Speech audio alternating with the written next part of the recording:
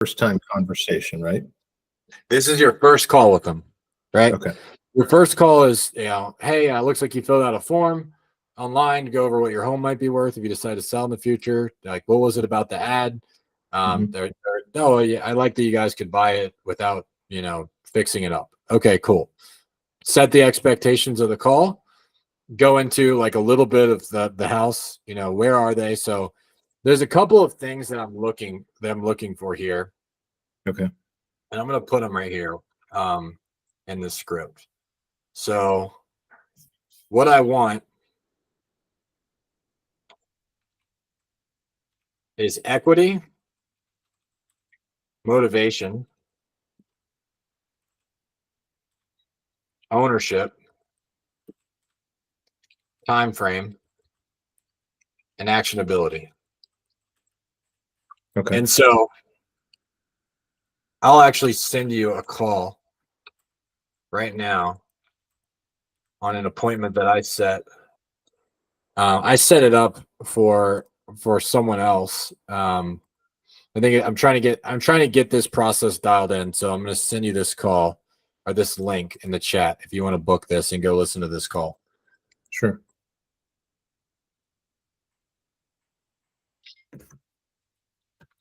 And I'll also share the script so you can make a copy.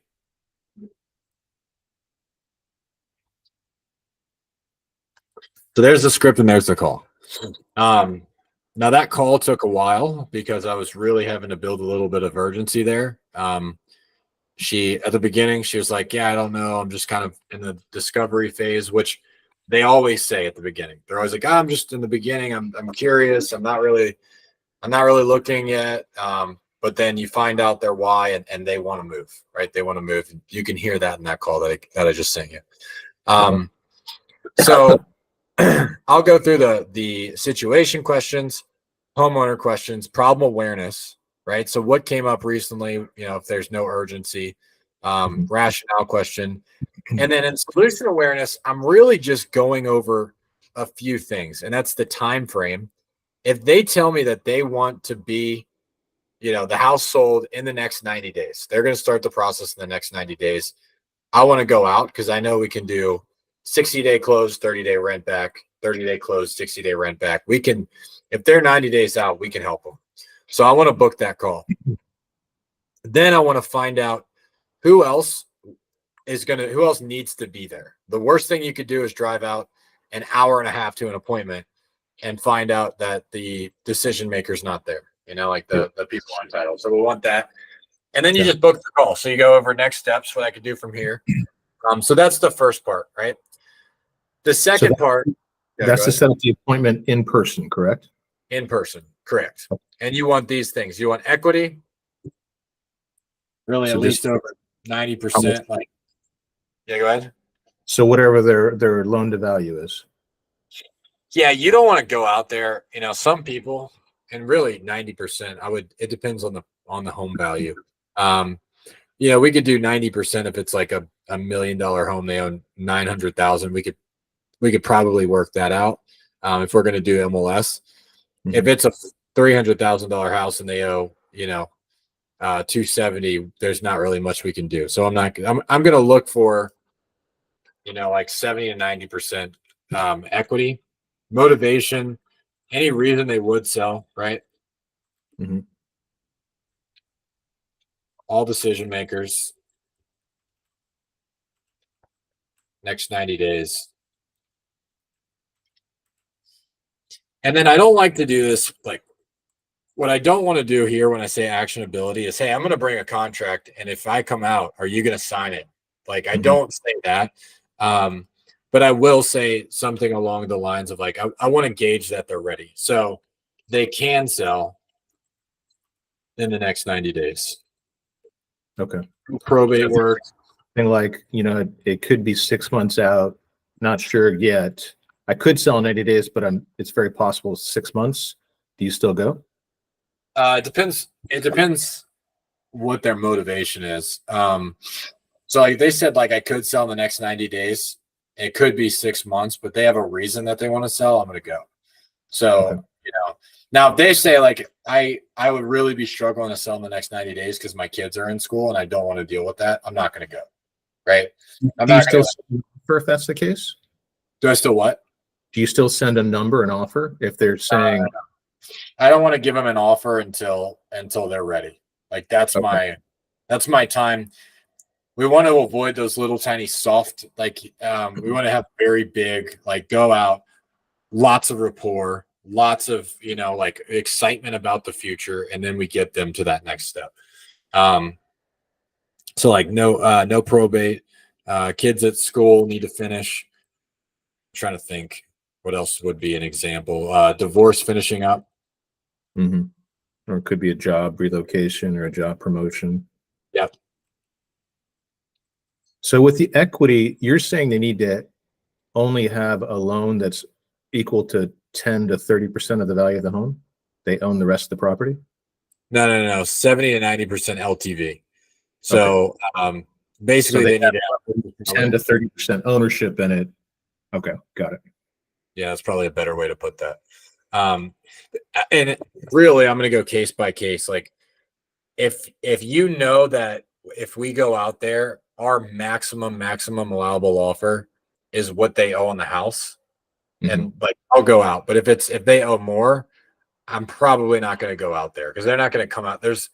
It's very unlikely for them to come out of pocket, for Yeah. the rest. Like we've had it happen a few times, but it's pretty unlikely. So they have to, I would ask them that, like, hey, let's say that let's say they're at 10%. I might even ask them, hey, let's say you get an offer and it's less than the XYZ that you owe. What would you do at that point? And if they say, well, I would just pay the difference. Okay, I'll go out to the house. Yeah. These are the things that I want to see. And that's why we need to find out how much they owe on the house to figure out what their equity value is to make sure it's worth our time and theirs. Correct. Yeah. And it is a really easy way to ask that. The CRM actually tells us what they owe on the house. And so I'll just ask them, hey, it looks like this is the balance of the house. Can you show me again where it shows that in the CRM? I don't remember seeing that. Yeah, give me 1 second. Just fix this. We call this Emoda. Cool. Yeah, so if you go, can you see my screen still? Yeah, I can. Right here. So is that the mortgage that they took out or what they think the estimated balance currently is? What they think the balance currently is. What this CRM does is it takes the mortgage balance, the mortgage, so it can be pretty off. Like it can be, $5,000-$10,000 off because it doesn't calculate their rate well. But when did they take the mortgage? How much should they have paid off by then? And so it gives you an estimate. Usually what I'll do is I'll say, hey, it looks like it's 274,000. And they'll say, yeah, like it's closer to 270 or, oh, it's actually, 260. They'll correct me and they'll give me the balance. Okay. Or they'll say I'm way off. And I'll say, oh, well, how off was it? Then they'll give me the balance. Like what you want to avoid is how much is the mortgage on your house? People think that that's some sort of personal information that they need to hold to their chest, right? Yeah. If you said it some way like, hey, it looks like you probably owe right around 274,000 on the home right now. Does that sound about right? Yeah, they're fine with that. You'll get the answer. Just don't say, hey, so how much do you owe on the house? Because they think that you shouldn't know that for some reason. Yeah. So what I'm going to do from there is I'm going to go out to the house, right? I show up and this is my process. So knock on the door, body language turned a little bit to the side, right? I always I don't want to be like right up in their face. I usually go about 6 feet back, right? And I'll try to have them kind of come out. Like I'll stay far enough to where they come out. And I'll say, hey, typically how these conversations goes, we show me around the house and then we get to a place where we can sit down. I'm also okay with you sitting down at the beginning. Like I'm okay with that too. Hey, is there a place where we can sit down? I always want to do that though. Do not give the offer standing up. It's just body language. You're in an aggressive position. So, go to a place where you can sit down and then you want to pick up right back where you left off in situation, even if you're recapping. So what I like to do there is, for example, there was a lady I went out to in Orange, and I already knew her entire situation. I asked her, we're on the phone. I knew her problems and things like that. And I just went back to it. I said, Yeah. wow, so you've been living here your entire, I mean, the kids have grown up here. She told me kids grew up. It's an empty house. It's like 4,000 square feet in Orange. So I just kind of look around, you know, wow, so just you two in the house now, huh?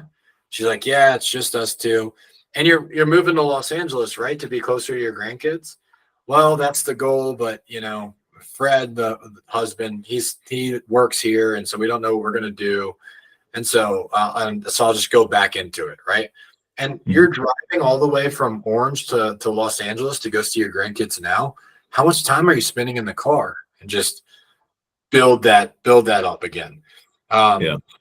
So that's what the goal is right there. Now you go all the way up until this part of the call.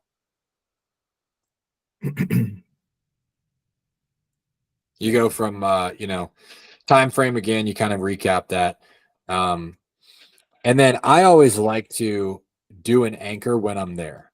And so the way I do that, if you want to kind of role play for me for a second. So I'll say, so Troy, look, I feel like I have a really good understanding of what you need to do to be able to get to, you know, Los Angeles and finally go be close to your grandkids. Now I know that you said that you needed $300,000.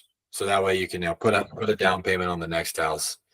I mean, I'm going to fight to get you every penny of that $300. But let's say I go to my team, I have to go talk to the guys in the suits. And let's say they give me a number lower than that. Like, I don't know, let's say they give me $180,000. Should I just not even come back and tell them to kick rocks, or what do you feel like we should do? Yeah, there's no way I could take that low. My house is worth way more than that. Okay. Yeah, I kind of figured you'd say that. So what was it that you were like really needing at the end of the day? Again, I'm going to try to get you as much as I can, but what do you need bare minimum so you could at least get out of this house and finally go spend more time with the grandkids? Well, we said 300,000, so I think that that's what I'd really like to get. Do you think it's not something I can expect from you? Yeah. You know, I don't know. I mean, I do know that it looks like the market's saying, and I did a little bit of research before I came here, that other houses that are going to investors are trading for, you know, anywhere between 1.2 and 1.25. And I know that would probably only put, you know, around 180, maybe $200,000 in your pocket. So, and I'm not saying that that's our offer, but if they came back with something like that, do you think I should just tell them to kick rocks? I think I need at least 2.25. Okay. 2.25, huh? Yeah. Okay. I mean, to make it to where I can get into my next property, I think that's what I'm going to need. Well, I'm going to go to bat for you. So I'm going to step out. I'm going to go to my truck. I'm going to make a call. I'll call the suits. And what I'm going to tell them is that, you know, you need as much as possible. I'll even tell them you need the $300,000. So that way you can put the down payment. They're going to look at everything. They're going to look at the comparables, and I'll come back and see if this is something that I can help you with. Is that fair? So you didn't already know the number before you got here?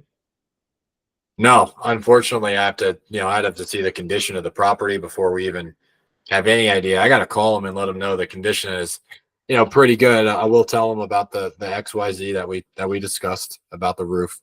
So I have to tell them about that, but I'll step out, you know, I'll go give them a call, and then I'll come back and see what I can do for you. I'll fight for every penny. Is that fair?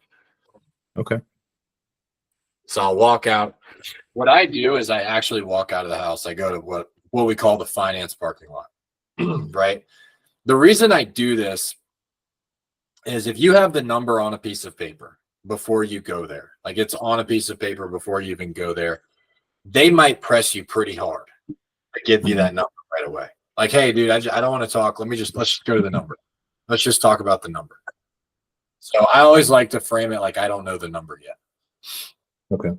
Let me exit this out and get a call from an appointment. But we would normally have a number or a range before we even arrive, correct? You have a range. What I would like to do is like when you have an appointment, you know what you can offer it, but you don't know the condition yet.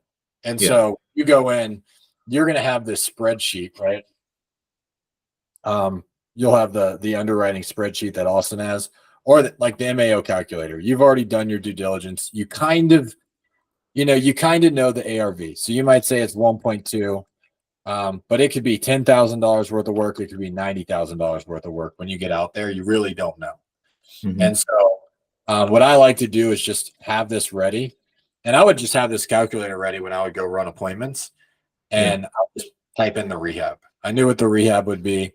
I'd walk around. Okay, kitchen needs this. Bathrooms need this, X, Y, and Z. Then you'll go out in the number. Either way, I'm going to step out because what you want to do is it's you and them against the world. So you want to make it seem like the company's the bad guys.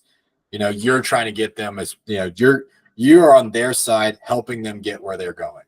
And I'll send you an example call of this too. It's really good that, with the ARV, that's after repair value of like as good as it gets upgraded, right? Yeah. I wouldn't say as good as it gets. Like we're going to be realistic like investors are. Probably like a good turnkey. Oh yeah, to make sure it looks move-in ready and updated to today's standards. correct. And it's from floor to ceiling. And then you're saying on this calculation, if it's to the public worth 1.2, we're going to offer them because of the repairs necessary 864 based on this calculation, right? Yeah, so it would probably be worth, in this scenario, it'd probably be worth maybe let's call it $1 million as is, maybe 950 as is. Okay. And then needs about $90,000 worth of work to get it up to that 1.2. That's usually what we see. Maybe it's worth $1.05 million. And then we also have what we would list it for. So if we list it for $1 million, right? That would be in current condition or fixed up condition? Which question? I'm confused. So you said if we list it for $1 million. In current condition. Okay. Yeah. So if we list it for $1 million, then we'll be closer to like 890. Okay. Right. And when I say we list it, I mean, we're doing everything for them. We're also, what we do in this case is ideally this property still needs a little bit of work. We still do this with turnkey properties. I mean, if you think about it, after their closing costs and commission, they're probably going to walk away from $1 million property at maybe, 920. Mm-hmm. So we might be about 30K off, but they don't have to deal with anything. We take care of everything. We do 4 open houses. We give them the price that we know the house is going to sell for. And then we take care of everything from there. And in those cases with pre-sale fixer and pre-sale turnkey, those are both on the MLS, right? Correct. Yeah. Okay. So fixer is as is, turnkey, it's already looking great. We don't need to do anything to it. Yeah. And then Correct. How is that different from manager pitch? We don't like to do the manager pitch. The manager pitch is, so let's say, I'll actually send you a perfect example of a manager pitch. There was a guy, and we have him under contract right now, a Bolton Lane. And I'll send you this call so you can go listen to it. I'll actually go tag you in it real quick. Okay. Manager pitch means I don't think that you're going to get this for the property, but we'll give it a shot. That's what manager pitch means. Like you just have to be willing to negotiate with us if it ends up coming lower. So we don't really love to do that unless you have really good rapport with the seller, like really, really good. They're waiting on something. So for example, this guy, he had to give $135,000 to his ex-wife, and he was going to walk with $0. And I was that with our current offer. And he's like, is there anything you guys can do to go higher? Like, I just can't do that. There's no way. And so I said, well, let me see what I can do for you. I can talk to Austin. He's our director of dispositions. I don't think that it's going to sell for enough to get you, I think it was like 635 in his pocket or 585 in his pocket. I was like, I don't think it's going to sell enough to get you that.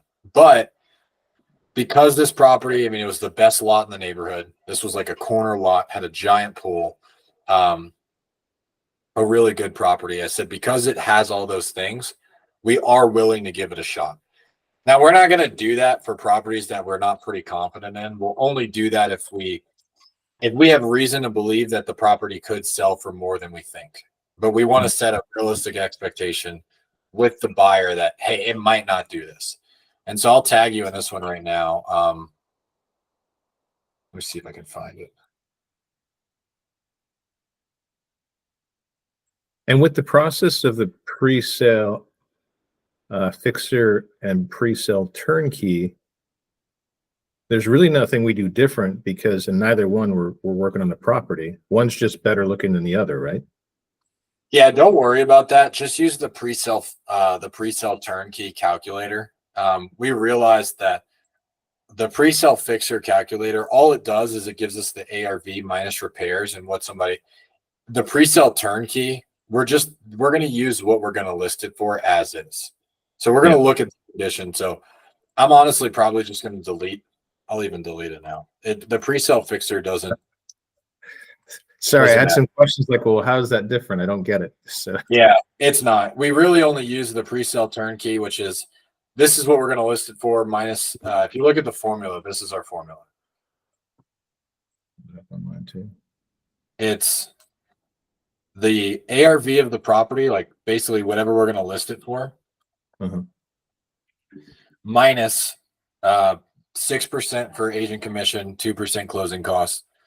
Really, that turns out to be closer to like, 5% agent commission, 2% closing costs, and 1% for credits and repairs and all the normal stuff, right? And then minus our assignment fee. That's it. So our assignment fee is the 30,000, right? Correct. Yeah, that's what we want to make on every deal. So the pre-sale price on here of 890 is the million minus our fee, minus commissions, minus closing costs. That's what we're offering to them to put it on the market, also going to our investors. And is that like, we'll give you that today and we're going to go through this process, or you're going to get this at the end of our process? They're going to get it at the end of our process. So there's a couple of videos of me going over this. I think on day, let me see what day it is on the onboarding. I think it might be on today's call. Because this is a 60-day scenario, right? 30-day inspection, and then actually 45-day inspection, 60-day close. Yep.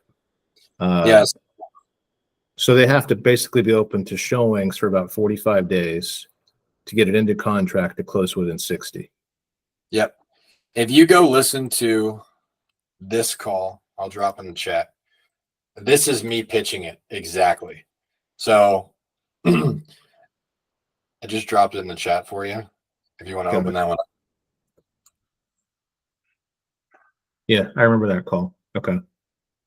Yeah, so we just explain exactly what we're gonna do. We say, hey, look, we have 2 properties that we're doing this right now.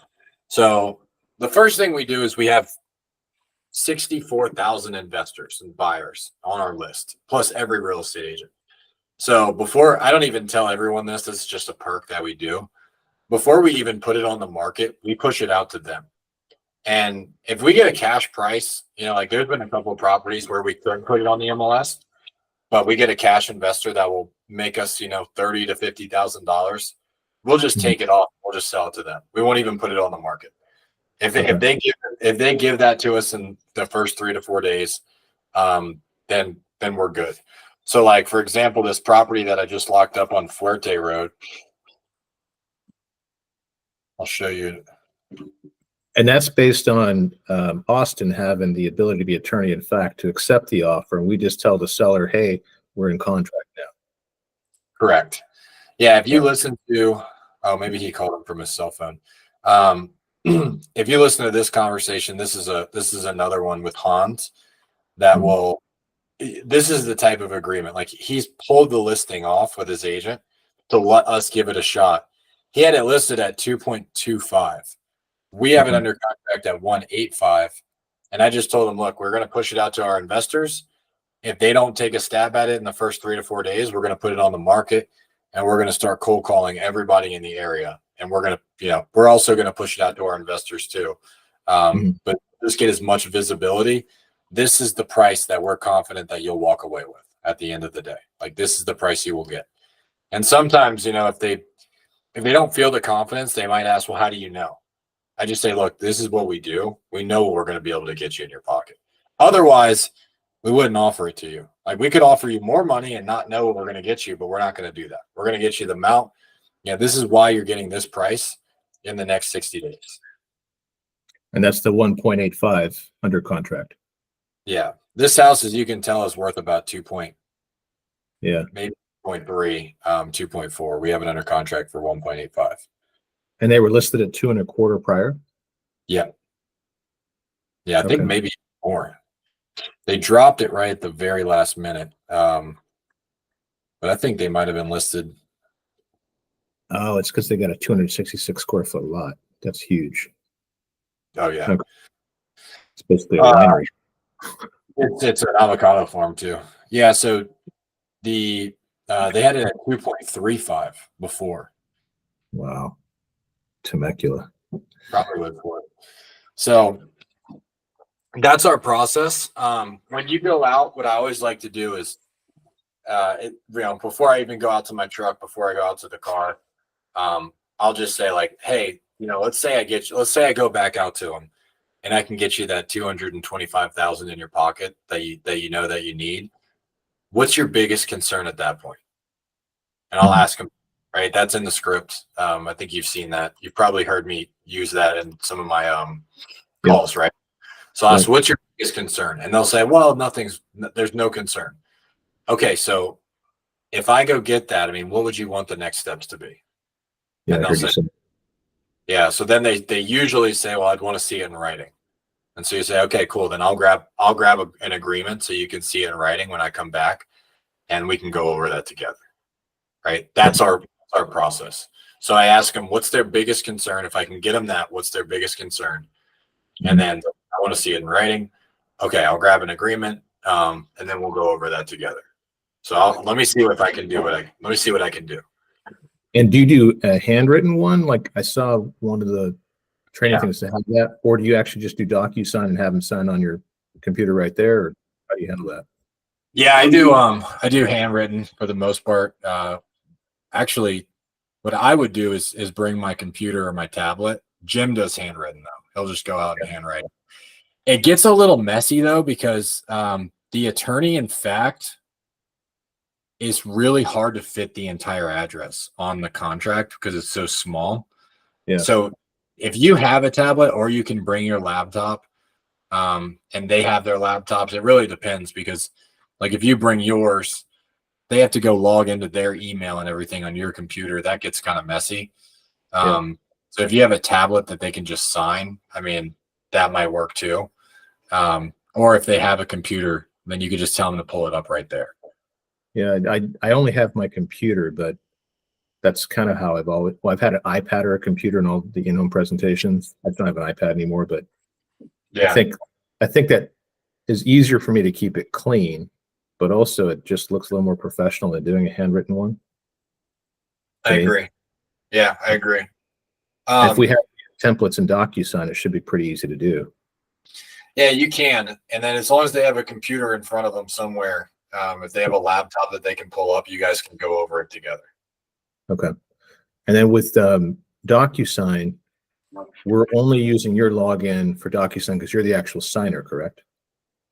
Correct, but I just have to transfer the license over to you. I have another license that I have. Do you have to buy licenses with DocuSign?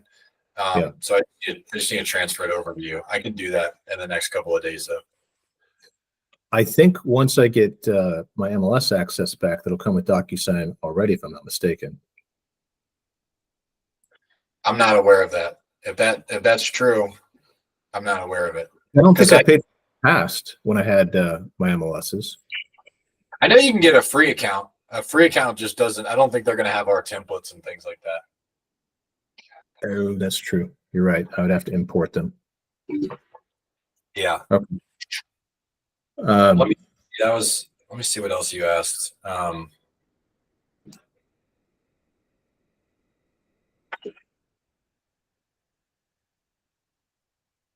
Oh, are they what are all the prospect? So all of the products we offer to the prospect, they're really just two. Here's what I mean by that. It's a cash price. We go in for the cash price first. And a lot of times, like you probably, I mean, maybe you dealt with this at Redfin, where you know their cash price is going to be way too low, right? Yeah. What I'll do, usually it is, right? So if I know that that's going to happen, what I will usually do is I'll say, look, I'm going to give you the cash offer. They came back and I know where you need to be. I know where we are. Between you and me, I might just tell me to kick rocks on this cash offer because I might be able to get you a better option. But I'm going to give it to you anyway. So they came back with a cash option, 30 days with $246,000 in your pocket. That's how I'll pitch it. And if you preface it with that, they go, oh yeah, I can't. Yeah, you're right. I can't do that, right? Instead of like when they fall off their chair because the cash offer is so low and they get mad at you, then they're like, well, no, not interested. No way. I'm not going to do that.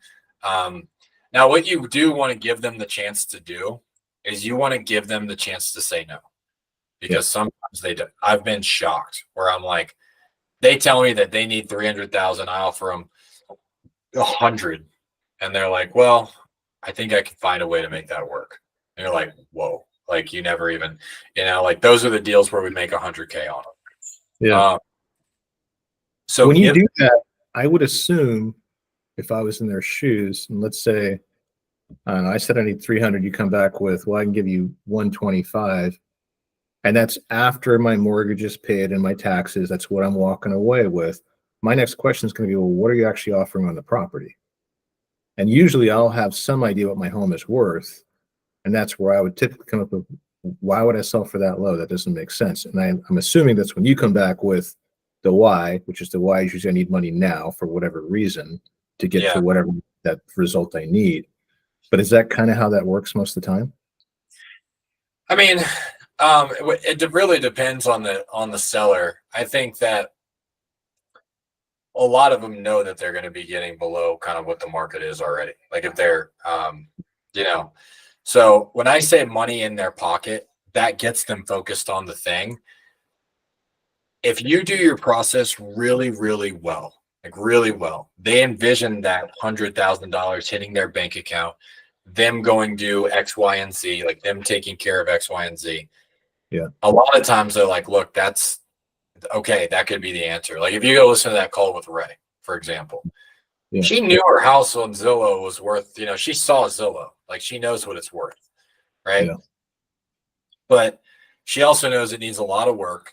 She knows that, the what she really needs in her pocket is X, Y, and Z. Or if you listen to 50K price drop call, if you heard that one, I did. I like to take them away from the value of the home and what do you need in your pocket?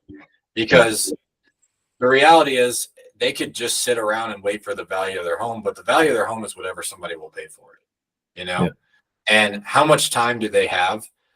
There's an objection handler that one of my coaches gave me. Say, look, you could go, why don't you just go call 1,000 different companies? Because somebody eventually might give you the right price. Well, I don't have time to call 1,000 different companies. Right. So let's get rid of that. What is it that you actually need in your pocket? Well, I need this. And then I can get you that. What would you like to do from here? Those are kind of the process. So, I mean, you had people that took the Redfin Now offer, right? They did, but normally it was no, because it was the lowest price. And we knew that. It was a high failure rate for Redfin Now. It was just like a last option if it didn't work out. And then we would list and sell it. Or we would do something called concierge, where we'd come in and renovate it and then put it on the market for a better price for a faster sale. And we fronted the cost of the renovation, and then they paid us back through the sale. So it was Redfin Now, concierge, or just standard on the market. And any one of those three was usually a good option for any customer, just depending on what their motivations were. Yeah. And the timing. obviously. Yep. Yeah, Um, ours are basically the first two. Imagine like the concierge though, we don't fix it up for them or do anything like that. It's Yeah. just like white glove service. We do everything for them. I would Yeah. imagine those two kind of if you're looking for an easy way to digest it. Okay. I call it the Market Max program. And the angle that I always like to take is I mean, you heard the pitch, right? It's look, if you list it on the market, you've got one agent. They're going to tell you a price that they hope it sells for, but they get Mhm. compensated whether we don't do that. We're going to give you a price that we know we can sell it for. Mhm. And this is more for people that they know what they want. And they're not like, if they've got 6 months to sell it, they're in no rush at all. They just want the absolute top dollar. That's usually not our client, right? Our clients are usually not those people. It's people that they do need to sell in the next 60 days and they want a guaranteed price, like Hans, for example. If you go listen to that call I think there's a call in the training with Hans. He's not necessarily financially distressed. He's like, I just need it sold. Was that the one that had to have his attorney look at the contract after? Yeah, that's him. Yeah. Okay. So he was like, he wasn't necessarily financially distressed. I mean, he makes good money. Like he's Yeah. You can tell. affording a $20,000 a month mortgage. Yeah. It's just he wanted it sold in 60 days, and he was willing. If you go listen to that call, it was just all about how I angled it. It's like, hey, I can get you that. I can't Yeah. guarantee you 1.9, and I'm not going to go waste my time with that. But I will get you 1.85, and I'll hammer it with my team. Like we'll hammer it. We'll get it done for you. Does that In make that sense? scenario, we're putting it on the market at 185 to the public and to the investors. And let's say you get an offer at 1875. Are we Yeah. pocketing that extra 25 or is that going to the seller? That's all to us. So we would list it. It's like if we get it under 185, we'll list it at like 199. We'll list it way higher. And sometimes they see it and they're like, why is it listed? Well, obviously, investors aren't going to give us the asking price every time. They're gonna come down, negotiate with us, and after we cover everything, this is what we can get you in your pocket. Okay. And so on that calculator, let me pull it up real quick. On the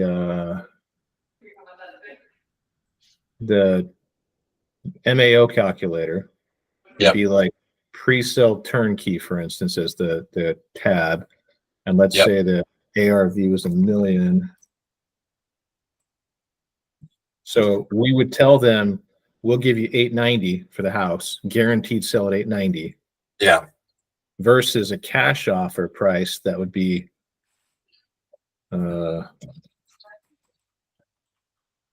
that's assuming there's repairs. Yeah, imagine there's no repairs. The cash offer is going to be like $790. Yeah, you're right. Okay, so $790 cash right now. Just know you can walk away with it. Basically, MLS will give you $100,000 more. You know that you'll get that. We know we'll sell it at that. Yeah, because it's really basically $1 million. But they still have to wait 60 days for the $890 because it's MLS, right? Unless we get a buyer like the first week. Yeah, which a lot of times happens. So what I'll tell them is like, and it all goes back to what I like about what we do is we're not really looking for the max allowable offer. We're looking for what do they need? Because if they give us, like, for example, there was a guy that we closed last month, and he just needed, like, I can't remember, $80,000 in his pocket. And he was okay with the 60 days. So we told him, hey, put it on the MLS. We put it on the MLS.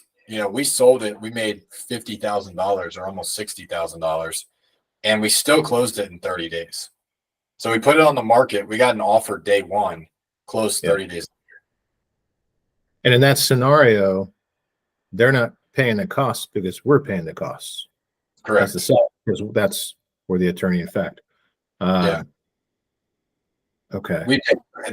What we give them is the number that they will see on their settlement statement minus the mortgage and the taxes. So if we say they're going to walk with $790, they're going to walk with 790 minus the mortgage and the property taxes. Got it. And that's where we need to find out what their minimum that they need is to see if that minimum matches what we're paying them minus their mortgage and their taxes. Yeah, exactly. Okay. One of the exercises you wanted me to do was to comp out those 3 properties. And I was working on that, but I had some questions for you regarding that. Yep. So where did I put that sheet? Hold on. So I've got like 5 pages open right now. All good. Yeah, it should be Paseo Goleta. Don't worry about the Louisiana one. We don't even do that one because we don't buy properties out of state anymore. That was when we were buying. I had that in there from when we were buying out of state. Okay. We're not doing that anymore. That was one of my questions too, because it said no MLS, and I was like, okay, well, what are we doing with that to establish the value without the MLS to look up the comps? Yeah. But with this one in particular, I'm going to share my screen with you real quick. Mm-hmm.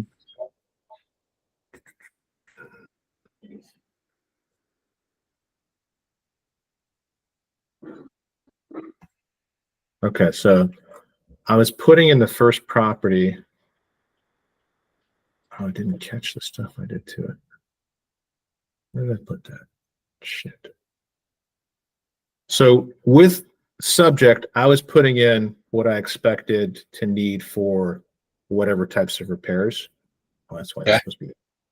Oh yeah, no, those properties. I just want you to send me the ARV. That's it. So just the number. Yeah, just the what the property's worth, all fixed up. Best case. Okay. Because in this particular one with the first one, I was like, okay, if it's original, it's going to be this range. If it's semi-updated, it's this price. If it's totally updated, it's this range.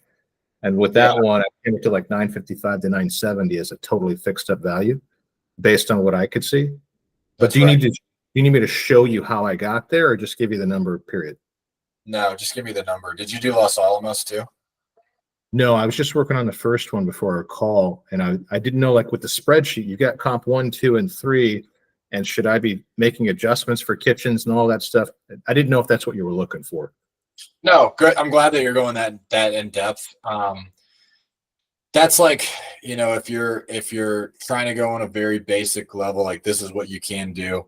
Honestly, I will say this: we have moved a lot more towards dispositions is going to give you a number, but you'll see this in the sales training on Monday. Because you're going to start sales training on this Monday coming up. You'll sales training. What we're really focused on is like, instead of thinking so much of, okay, I can offer them this much money, figure out like what's the least acceptable offer for them. Like I just try to go. And so you're going to have to know how to comp a little bit. It just saves you some time. So you don't have to wait for Austin, especially you've got one that's really hot and you're just going to go out there right away. It's good to be able to kind of know how to comp, but Austin is so good at comping and he knows Southern California so well. He's going to approve everything and he's compensated on making sure that all the contracts that we lock up close. So the higher that number is the higher the more he gets paid. So that being said, he's pretty religious about making sure that you guys aren't paying too much for the property. Like he wants to make sure that, there's a balance because he doesn't want to give you, low ball offers all the time. And that you can't lock anything up. So he wants the most amount of transactions with the highest chance of closing. That's his number. And he's good at that. He's really good at it. He's probably better than me now, honestly.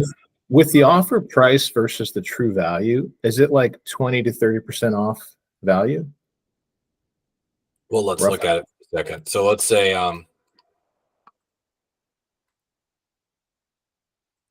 we're about to change the formula a little bit because we're going into the summer. In the spring, we'll change it. We change it a little bit.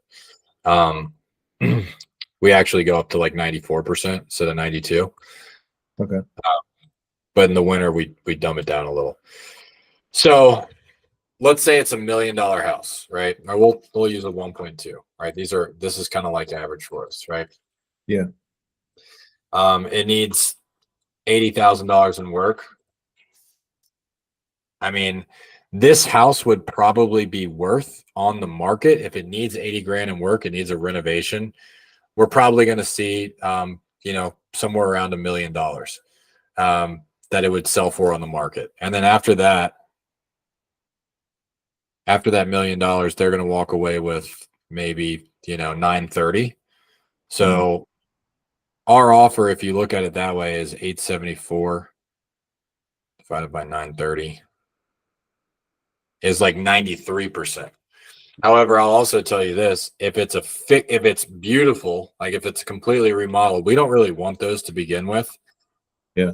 And you're talking about 954 divided by 1.2. Much bigger. Yeah, 1.2. They're going to walk away with 0.93, 116 divided by 954 divided by 116. Now you're talking about 85%. So it really, like, the more distressed the property, the better. And I think the best example I could give you would be one that we've already closed. So I'll show you a few case studies of kind of. Or like the old lady had the cats in there and the husband was in a nursing home and all these repairs. The heater didn't work. Let's look at that one. Yeah. I'll take a look at that one and show you kind of what she walked away with compared to. Let's show you. So we made $56,000. We have it under contract for $449.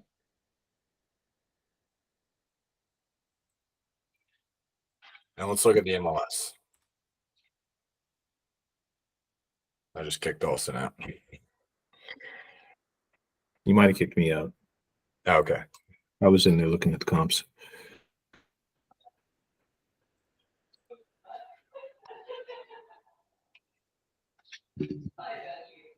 On that note, I was talking to Carr today. Mm-hmm. I got to get my continuing education courses all updated. After that, I'll get my MLS reactivated. And you said that you would reimburse for the MLS fees, right? Yeah, I'll just pay for it. Just let me know and I'll log in and I'll pay it. That's how I do it with all my there's like 4 or 5 brokers that are on the team and I pay for all their MLS stuff. I usually just log in. Carr probably knows my credit card number by heart. Would that include the continuing education courses as well, or just MLS stuff? Yeah, whatever you need. Okay, perfect. Thank you. Yep.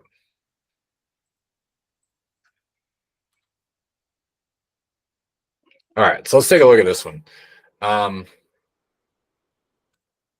That comp was not there when we looked at it last. So this one is, we got a half mile.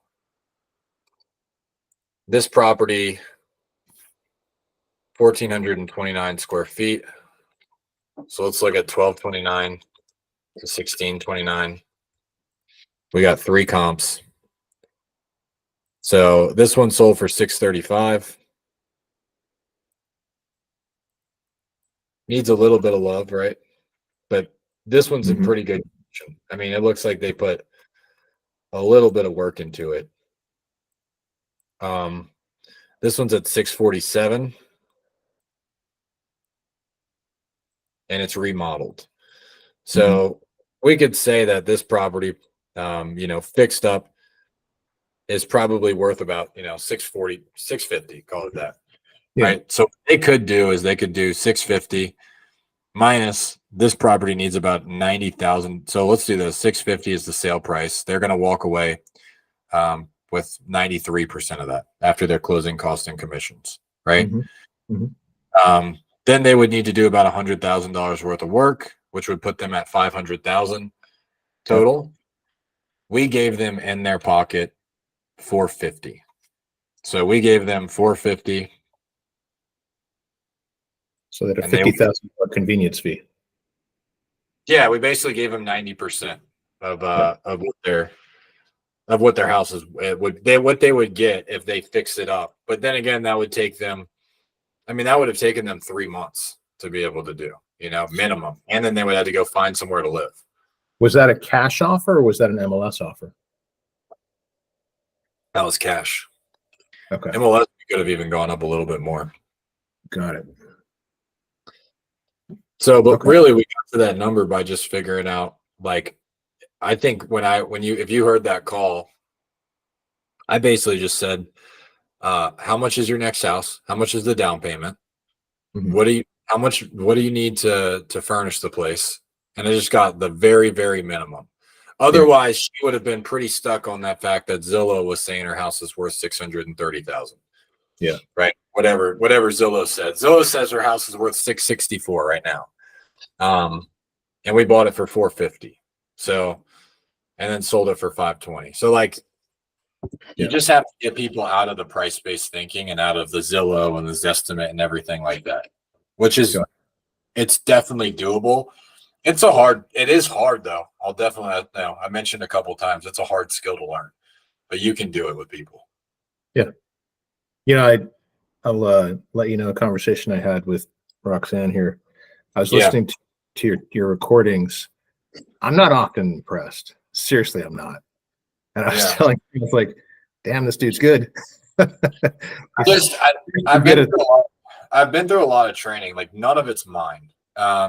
So you're gonna Monday. Oh, actually, I need to send you this calendar invite. Monday morning, and this is the earliest sales training we have. It's the only one that's at 8 a.m. You're gonna see a guy who eats me. I'm in a competition right now to see if I can lock up more contracts than him, and he's crushing me. He's an animal. His name's Ren Bartlett. Mhm. And he's one of my coaches. He built up a company in the southeast to about $1.5 million a month, and he was still running appointments the entire time. He's one of the best closers. So he'll go out to these appointments, same criteria as us, and he'll close them at 50%. It's insane to me. Like he'll close half of them. And so he's going to be doing the coaching on Monday, and so you'll get to see him. And it's really, really fun to watch him close sellers. Like he's really good at it. And that's every Monday morning, right? Yeah, and then I'm going to send you the rest. I wanted you to focus on onboarding, but I'm going to send you the training with Jim and I Okay. for the sales training in the future. Okay, and I've got the invites from Austin for the 8:30 morning Dispo meetings on Mondays as well. He said I don't have to go, but if I can jump on, that's fine too. Didn't know if that was a good idea. Yeah, you don't need to go on now. Dispo meetings are not. The only thing that's mandatory is once you start getting contracts, there's a mandatory pipeline review. So you just have to know. It's like 10 minutes. You hop on. We go over your properties. Whoever has the most properties, we go over theirs first, and then they get to hop off. So that way, I'm not really big on meetings, but I'm big on sales training. Oh yeah, for sure. Okay. Cool. Make sure I didn't miss any questions.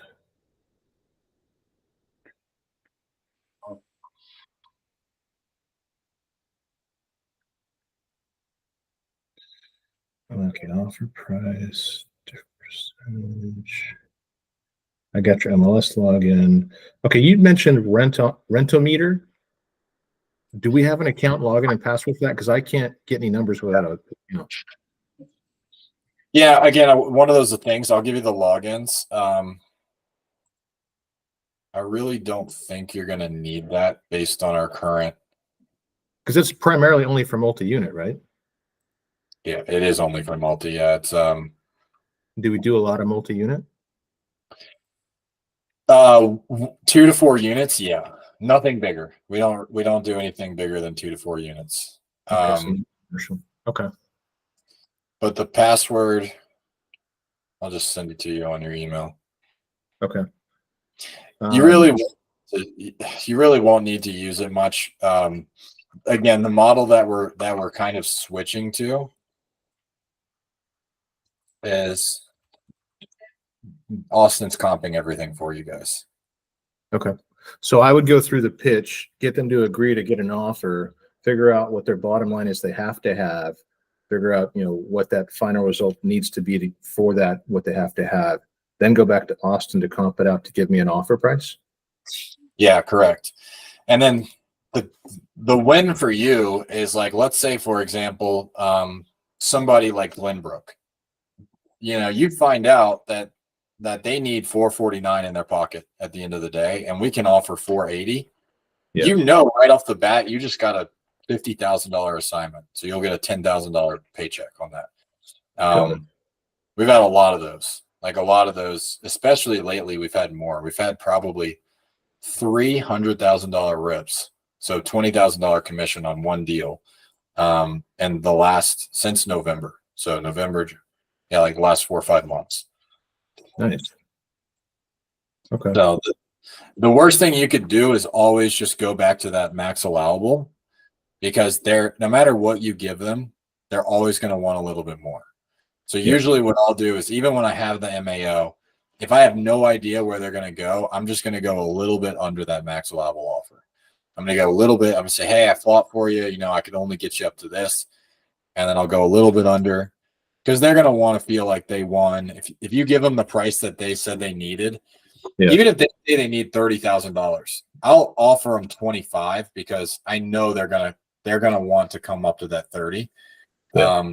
So if they say, hey, I need 30, I'll go down. Hey, I was only able to get you 23,000. Like, can we work with that?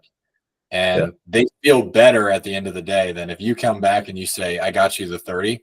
They go, oh, that was way too easy. I bet I can get more somewhere else. Every single time that happens. Yeah. And I'm getting a lot of emails that look like there's already leads assigned to me. Is that the case, or am I just supposed to ignore those? Just ignore those. You probably got looped into the round robin. So just ignore those until you get your first contract. Okay. With regard to the contract, the casualty loss paragraph, I saw something that kind of made my eyebrow go up, and it had to do with the last sentence, which I heard you explain this, but you kind of breezed over this with the phone call. And I just want to make sure I understand how this works in the worst case scenario. But it reads, in such an event, the buyer shall be entitled to receive as liquidated damages and not as a penalty an amount equal to the reasonable estimate that the buyer would have realized from the sale or other disposition of the property. So does that mean that 30 grand, or does that mean what the resale could have been, like on the MLS on top of the 30 grand, or where does that number come from? No, it's like if we have a buyer, for example, and we just had this happen recently. And unfortunately, one of the guys I let go, he would not explain this. Like you heard me explain, hey, you can't back out of this, right? Like I will tell people, you can't back out of this. Like, so I just say, we've got our buyer that's already packed up and ready to move in tomorrow. Like, that's not fair to them. So they deserve some compensation when stuff like that happens. You agree with that, right? I totally understand how you would have said that. I just want to know what the legalities are of it, if it ever came down to it. Yeah. So the legalities are, if you go to court, like let's say a seller fails to perform on an agreement. So we sign a contract.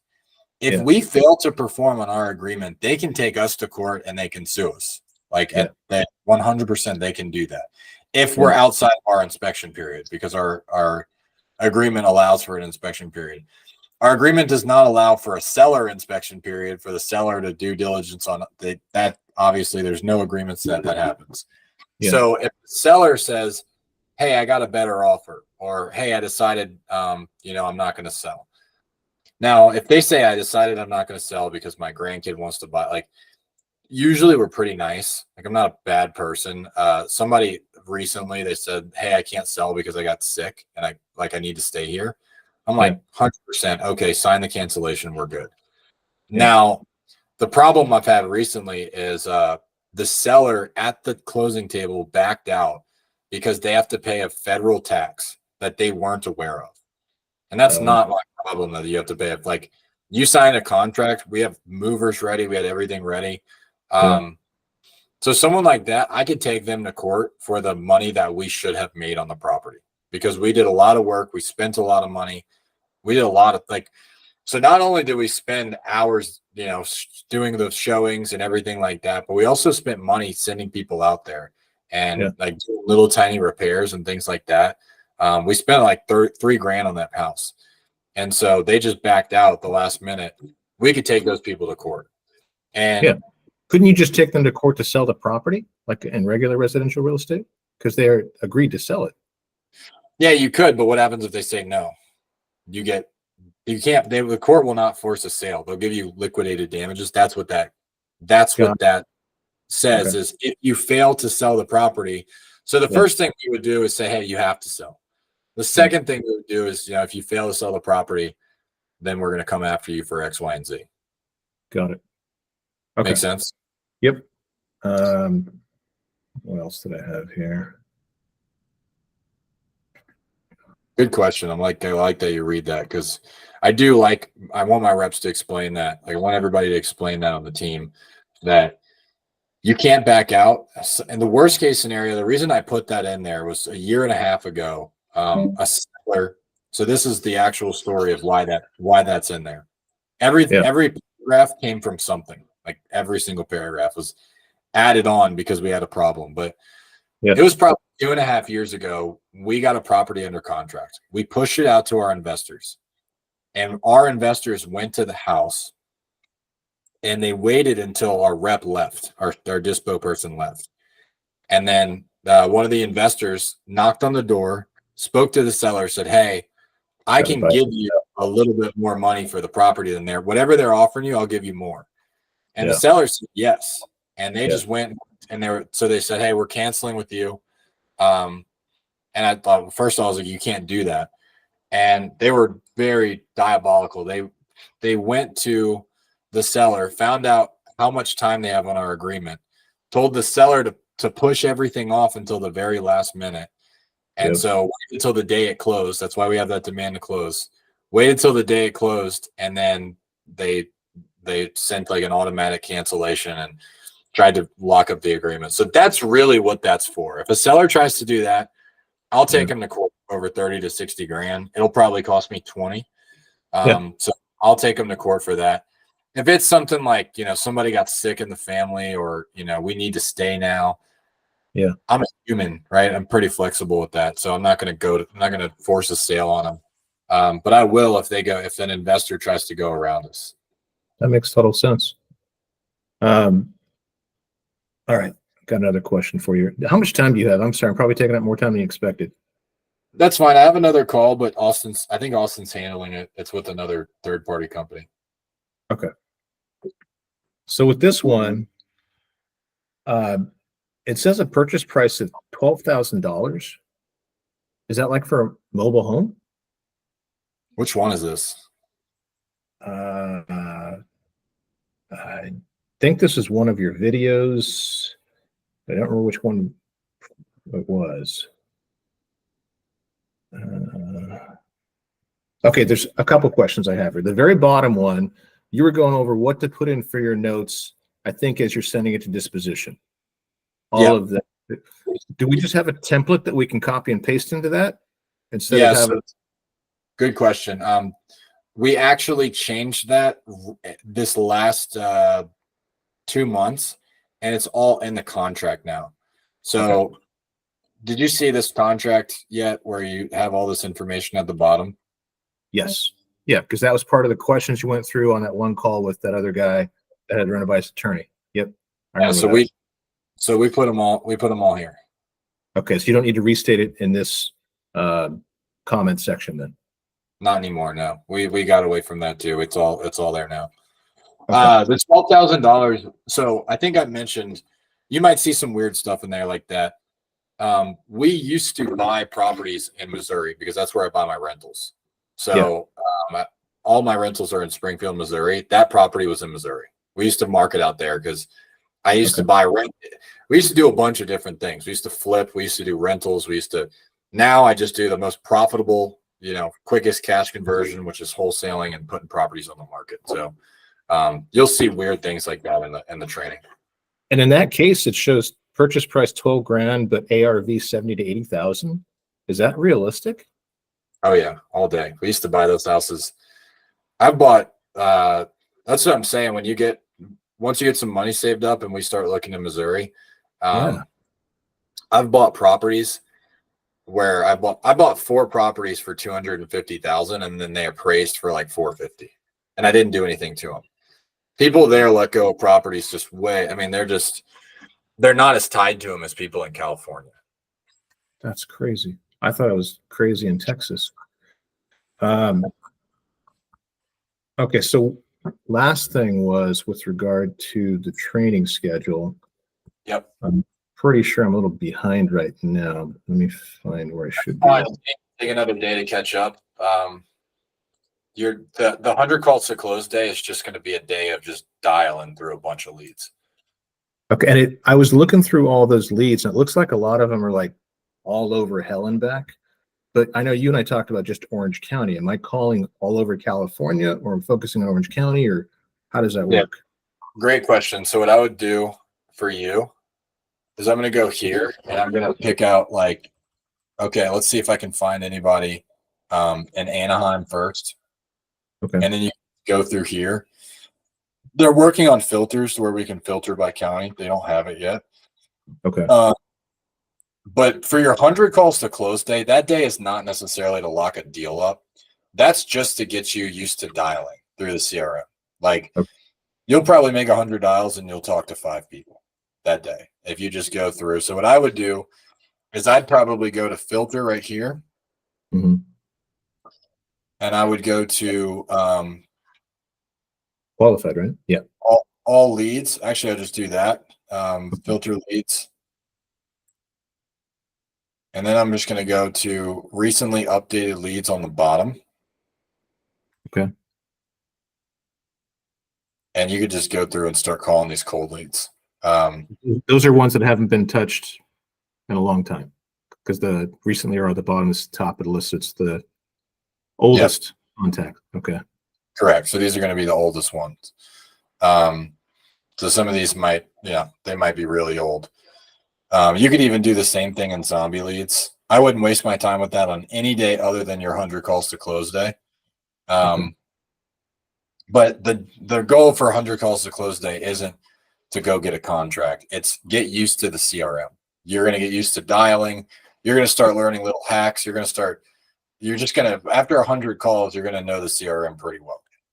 Okay. Makes sense? Yeah. So for Monday, is that going to be like what today would normally be? Yeah, because today you're going to finish. You were out yesterday, so Monday will be your 100 calls to close day. Yep. Okay. Yeah, because you started on Monday, right? Yeah. Yeah. Okay. Yep. It's been a crazy week. Just moved here last week. I know, man. This weekend you're going to need to take a breather, but you're probably going to want to take a break too. I feel pretty spent, but it's all good. I'm not going to complain. Well, let me know if you need a couple days to onboard. I mean, it's not like we're doing okay right now. Like it's not like we need somebody like a fire or anything like that. So if you need a couple days to onboard, don't sweat it. I would love to shadow some people with any part of the process. Is that something we can do? That was supposed to be today. You know what I'll do? And there's only Jim and Lanaki sales reps out here, right? Yeah. So the kind of rotation that we were on, we had when I brought you on, like when I originally gave you your offer, it was Jim, Rich, and Emery. Emery was doing okay. Jim and Rich were doing, like, Jim was relatively new. Rich was a senior guy. Rich was the one that came from this before. That just wasn't the right culture, right? Correct. Yeah. Rich and I have been working together for a long time. And Emery's ex-Navy guy. Correct. Yep. He's an ex-Navy. He's a Navy guy. He used to be real estate agent, but now went back to being an agent. He actually went to a W-2. His whole thing was he wanted just as stable income as possible. Like he wanted as much consistency as possible. He wanted to leave being a real estate agent because he didn't want to go in person anymore. He wanted to just be a phone closer. And at the time, that's all we were doing. It's just phone closing. When he came on, we were just closing over the phone. And so now we're trying to get out in person. He didn't really like it. So that didn't end up working out. And then Jim's been with me since November. Jim came from solar sales. So he's doing solar sales before. I think he has some short-term rental stuff that he does too. He does Airbnbs and stuff like that, and had some rentals. So Jim's been in a sales. So let me text Jim, see if he has any appointments today. Okay. Ideally, if we could do over the weekend, that'd be perfect. But if there's anything today, just let me know. So let me call Austin real quick.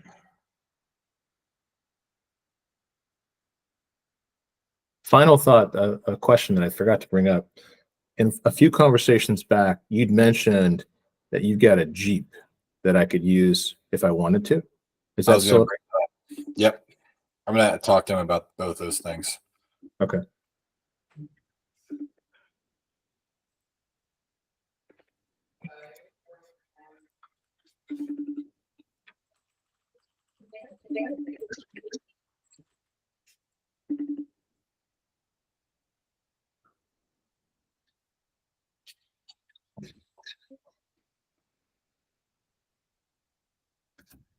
Oh, he's on a call right now. Hold on. Sure. So one of the things I want to do with that thing is wrap it. I was thinking the same thing. Yeah. Our company logo. Yep. It's a good idea. Okay, so Austin doesn't need me. I was wondering if Austin needed me for a meeting. He sent me a calendar invite, but dude, I'm about to do some sales calls. You want to just jump on with me and you can chat with me? Okay, Yeah. cool. Before I forget, you'd mentioned company swag as well, like t-shirts or whatever. How do I get that? I'll have Vicky send it over to you because she's all the way down in El Cajon, which is probably like an hour and a half from you, right? Roughly, yeah. Yeah. So what I like to do. I'm just bombarding you with questions. Sorry. Go ahead, hit me. No, I'm just saying. I just know I've been coming at you with a lot of questions. So. No, man, that's what I'm here for. I want to make sure. Ask as many as you can. I like that. That's how I am. And I think my theory is the more questions you ask, you shorten the learning curve a lot because you're not afraid to ask questions. You just figure it all out. Then you just go and you run. I might answer some of your questions for you. So let me show you kind of how I plan out my day. Now, right now I'm on Eastern time, so this might look a little weird for you. But this is, imagine converting this. So what I normally like to do is I like to block out, like I'll show you this last week. I always want to make sure that I have my sales calls blocked on my calendar. Yep. Right. I want to have those. And I also want to have, when I put a property, like yesterday I had 2 appointments, I'm putting those on my calendar and I'm sending them calendar invites. So that's the first thing. I log in every day. I'm looking at, when I'm doing my deep work, I'm looking for opportunities in the CRM that I can call that day. So that's the first thing I'll do. I don't need to be on this meeting, so I'm going to go into my sales calls. Let me share my entire screen, actually.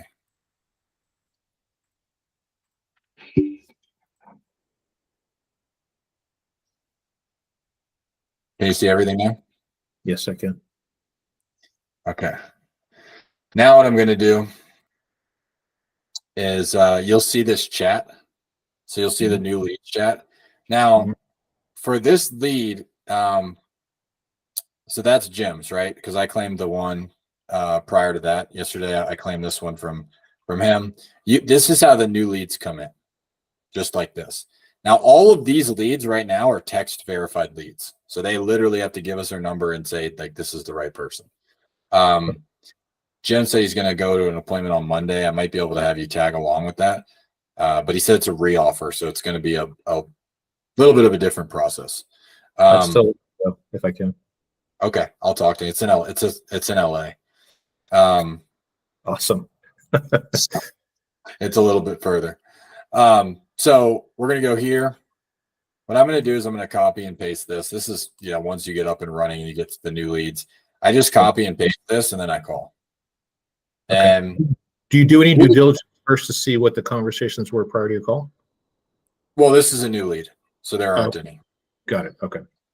So you can see this lead came in yesterday and we've hit it pretty hard. There's a call, text and call, another text, a call. We've already called her 5 times since she came in.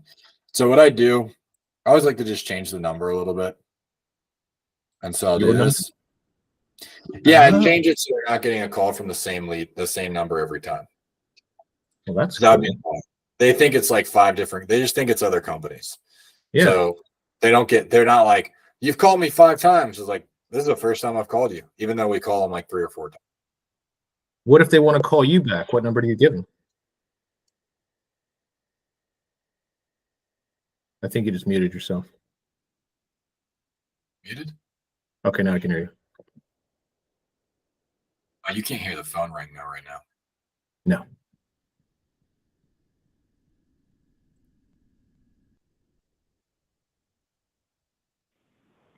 Hello, you have reached 805-668. Somebody redial. I leave. It's pretty simple. Do is that and my other tab. Yeah, but I can't hear anything. Okay.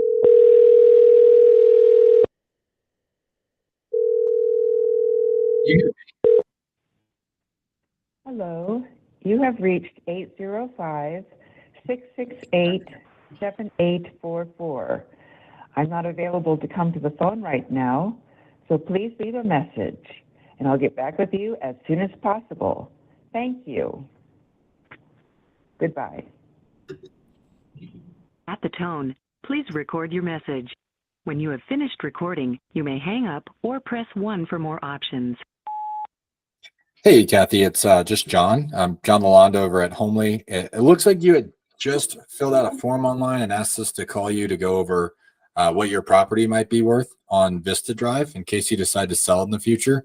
I've just got a couple questions for you about the property before I can send that over. If you can call me back, the best number to reach me is 949-342-7576. Again, that's 949-342-7576.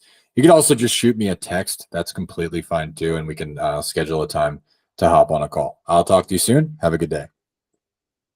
So could you hear that? Yep. That's my voicemail. I actually intentionally try to make it over a minute. It helps our connection rate on our phones. So we don't get marked as spam. So if they recognize a call over a minute, I like to try to leave a voicemail over a minute. So I'll do that. But really what I'm usually going to do, like I already did this morning, but I'll do it again. But now that number you just gave, if they call that back, does it go to you or somebody else? Every single number will ring me. Okay. So like I'll just show you again. So I'll filter.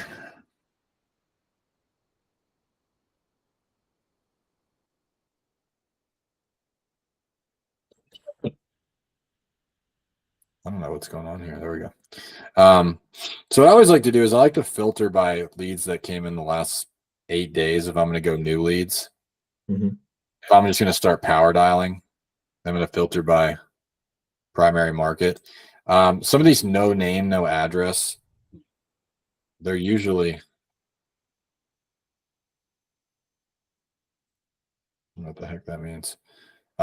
Those are usually not leads. So it looks like this leads came in.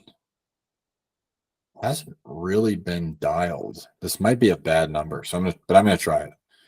Okay. Because we just started text verifying the leads recently. But if you see an NA right here, that usually means it's, yeah, like if it does that. So it did that.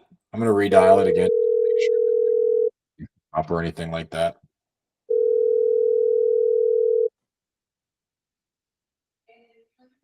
Okay, so nothing. So what I'm gonna do from here. It's ringing, just so you know, I can't hear anything you're saying. I can see your mouth moving, but I can't hear anything. Can you repeat what you said? Yeah, so there was yeah, that's probably a house. The number right here, you see how it says NA? Yes. That means that it's probably not a good number. If it says like M, that's a cell phone for mobile. L is a landline, and V is like a Google Voice or like a VoIP number. Okay. So what I'll do right here is I'll say Jade, skip trace, and call all numbers, because I know this isn't a good number. So she goes and gets us the right number.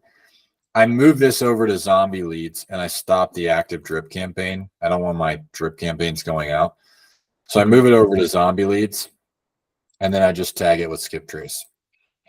The reason I do that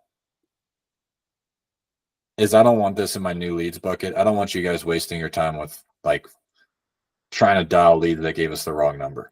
They're probably not looking for an offer. Here we go. So I'm going to look at this one just because it looks like, okay, so there's this guy reached out On the 4th. Yeah. I don't know what happened here. Oh, I remember seeing this in there. This guy flew under the radar. Yeah, because he kept asking for somebody to reach out to him and looked like nobody had. Well, that's a problem. So let's give him a call. I wonder why that's right. Oh.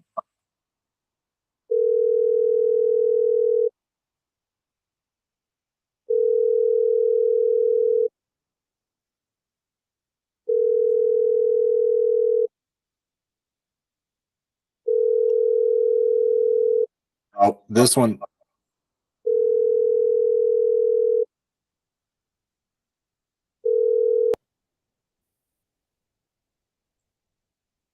The Google subscriber you have called. Can you hear me right now? Only when it's not ringing. That's fine. So you can hear me now. Yeah. You see how it says, "Hey Keith, it's Troy. Is now a good time to talk about Equation Road?" Yeah. So This is one of the ones that came to my email, right? yeah, that's why we didn't get the notification, because it went to you. It's on round robin right now, so it must have leads coming to you.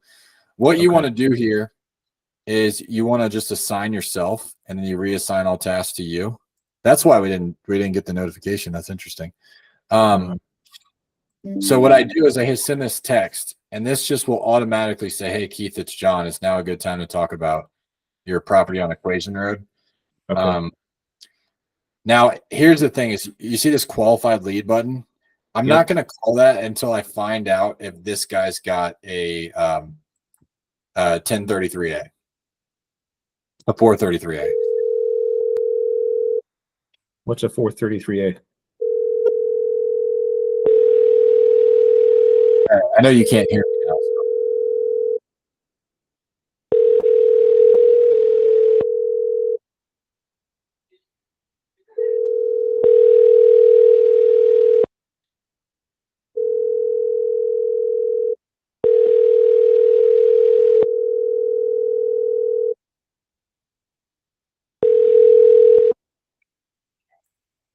The Google subscriber you have called is not available.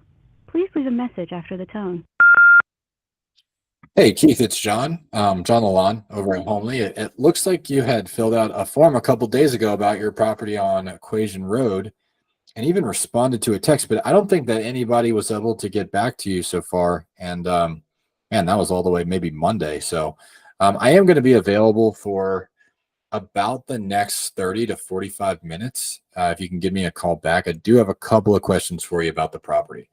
You can reach me at this number. It's 949-203-3283. Again, that's 949-203-3283. You can also shoot me a quick text, and we can just schedule a time to talk. I'll talk to you soon. Hope you have a good day.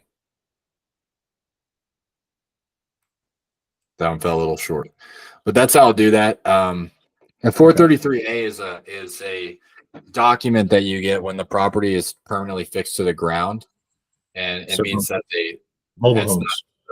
yeah, but this one looks like a mobile home park.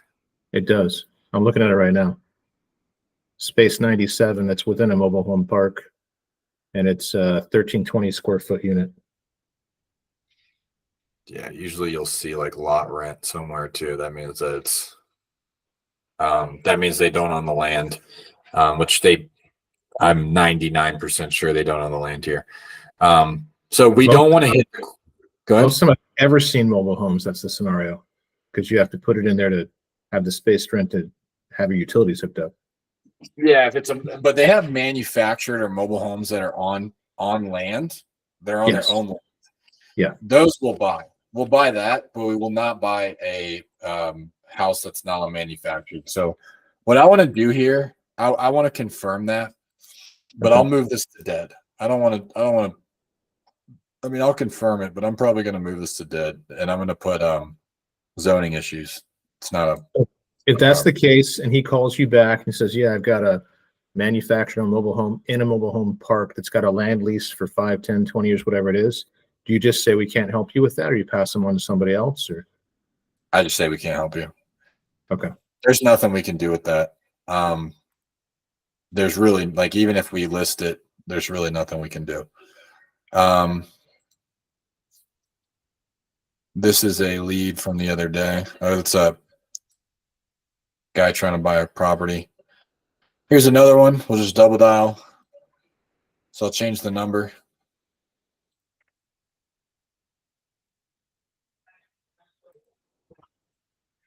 I just changed it to a random one that probably hasn't been used on this guy yet.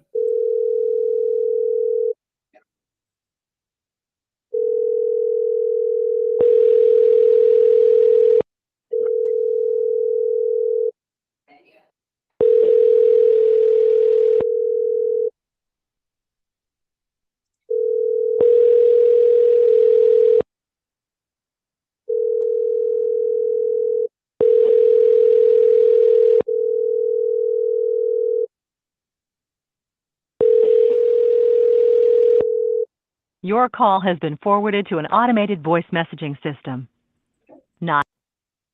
So just redial.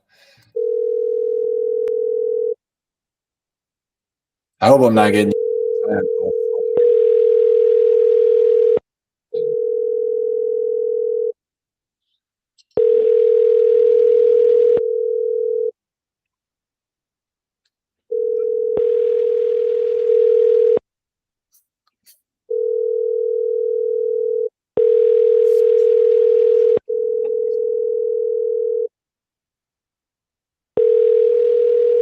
Your call has been forwarded to an automated voice messaging system. 90925364997 is not available. At the tone, please record your message. When you've finished recording, you may hang up or press 1 for more options. Hey, Jason, it's just John. John Lalonde over at Homely. It looks like you had filled out a form online about 7 days ago, just over a week, about your property on Minton Boulevard. It's funny enough, we just actually bought one right down the street from you. We might be able to put an offer on it. We would need to know a little bit more about the property. So if you can call me back, I'll be available probably for the next 2 hours. If you want to give me a call, it's 949-739-8189. You can also just shoot me a text, and we could schedule a time to talk about the house. Again, 949-739-8189. I'll talk to you soon. Have a good day. We did just put an offer on one, right down the street from this one, actually. So that guy came in 8 days ago through a YouTube ad. We've been trying to contact him for 8 days and have no conversations so far. Yeah, that happens to about 50% of the leads. That's Okay. common. So what we do, I think you saw in the rules of engagement. These are our rules. He's about ready to get kicked though to somebody else. So he's ready. So you see how it says right here, after 7 days, the lead must be checked for a refund and a task must be assigned to a lead manager to follow up for the next 14 days. You see that right here? Yes, I do. Yeah. So what we're going to do here. So are you calling and text messaging him, or is the text message an automated thing? Text messages. I only do that the first time. After that, he's going to be on an automatic drip. You see all these messages that he's getting? Yeah, I didn't know if that was you sending it or if it was automated. That's all automated. Okay.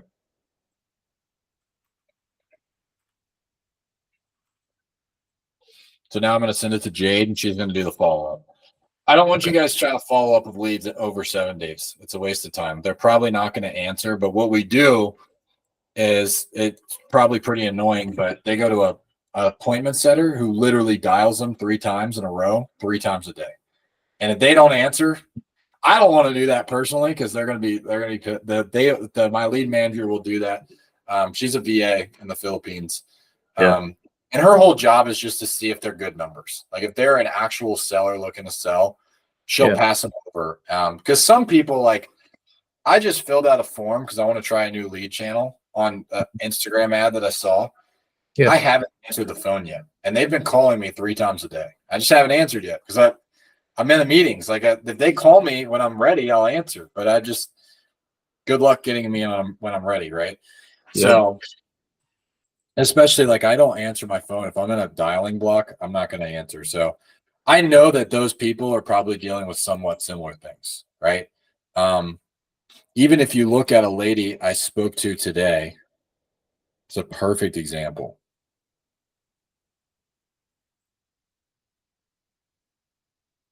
Not this guy. What was her name?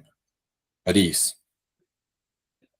So we called her like aggressively, and then she finally answered, right? Like back and forth. We called her 12 times. She answered on the 12th time, right? So we do hammer people pretty hard. And she was just busy. She's a nurse, and she's a traveling nurse. Like she goes into in-person houses or in healthcare. So she's busy all the time, and so we'll still call her. This is a landline. So right here, what I'm going to do, I don't expect you to remember all this off the top, but I'm going to take them off my text message drip, and I'm going to put them on an email drip because they're not getting those anyway. Those are useless. Yep. So what I do is I put them on a bad number email drip.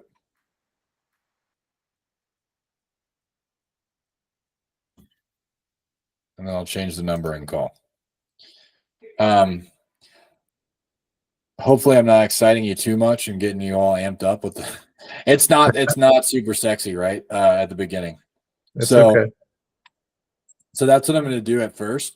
I'm going to go through, I'm going to call all the new leads until I'm done with those. So like if I filter, and your filter is going to be when you're working your new leads is the first 7 days, right? Okay. So I'll go 7 days out. I want to go through all the new leads, and I want to call those every day. After that, don't worry about them. They're somebody else's problem. But you can see there's all these leads that still haven't been contacted, all the way down to Mitchell, right? So everyone that's in the new leads column has not been spoken to at all yet. Correct. Because the second I call somebody in there and I get an actual phone to pick up, it changes from there to what? To whatever stage is appropriate. So, for example, if you look at out of the 38 leads, we've got 4 right now that are still in negotiations. So these are leads that have come in the last couple of days. So it looks like a lot of these must be gems. But there's 4 that are right now in current negotiations, which there should be because typically it's every 17 leads or so you should get a contract. Can you refresh my memory where you changed the category from new lead to appointment or offers made? Yep. I'm sure I've seen it. I just don't remember off the top of my head. Yeah, let's see if I can get her on the phone so I can, or him. Okay. If I can, then I can just do it. It's a landline though, so I don't know. I don't usually have a lot of luck with those. Probably old person. It's an expensive house. They don't really want houses. I just.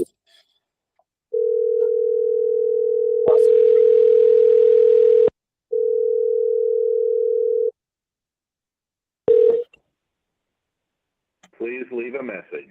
Thank you. Didn't work.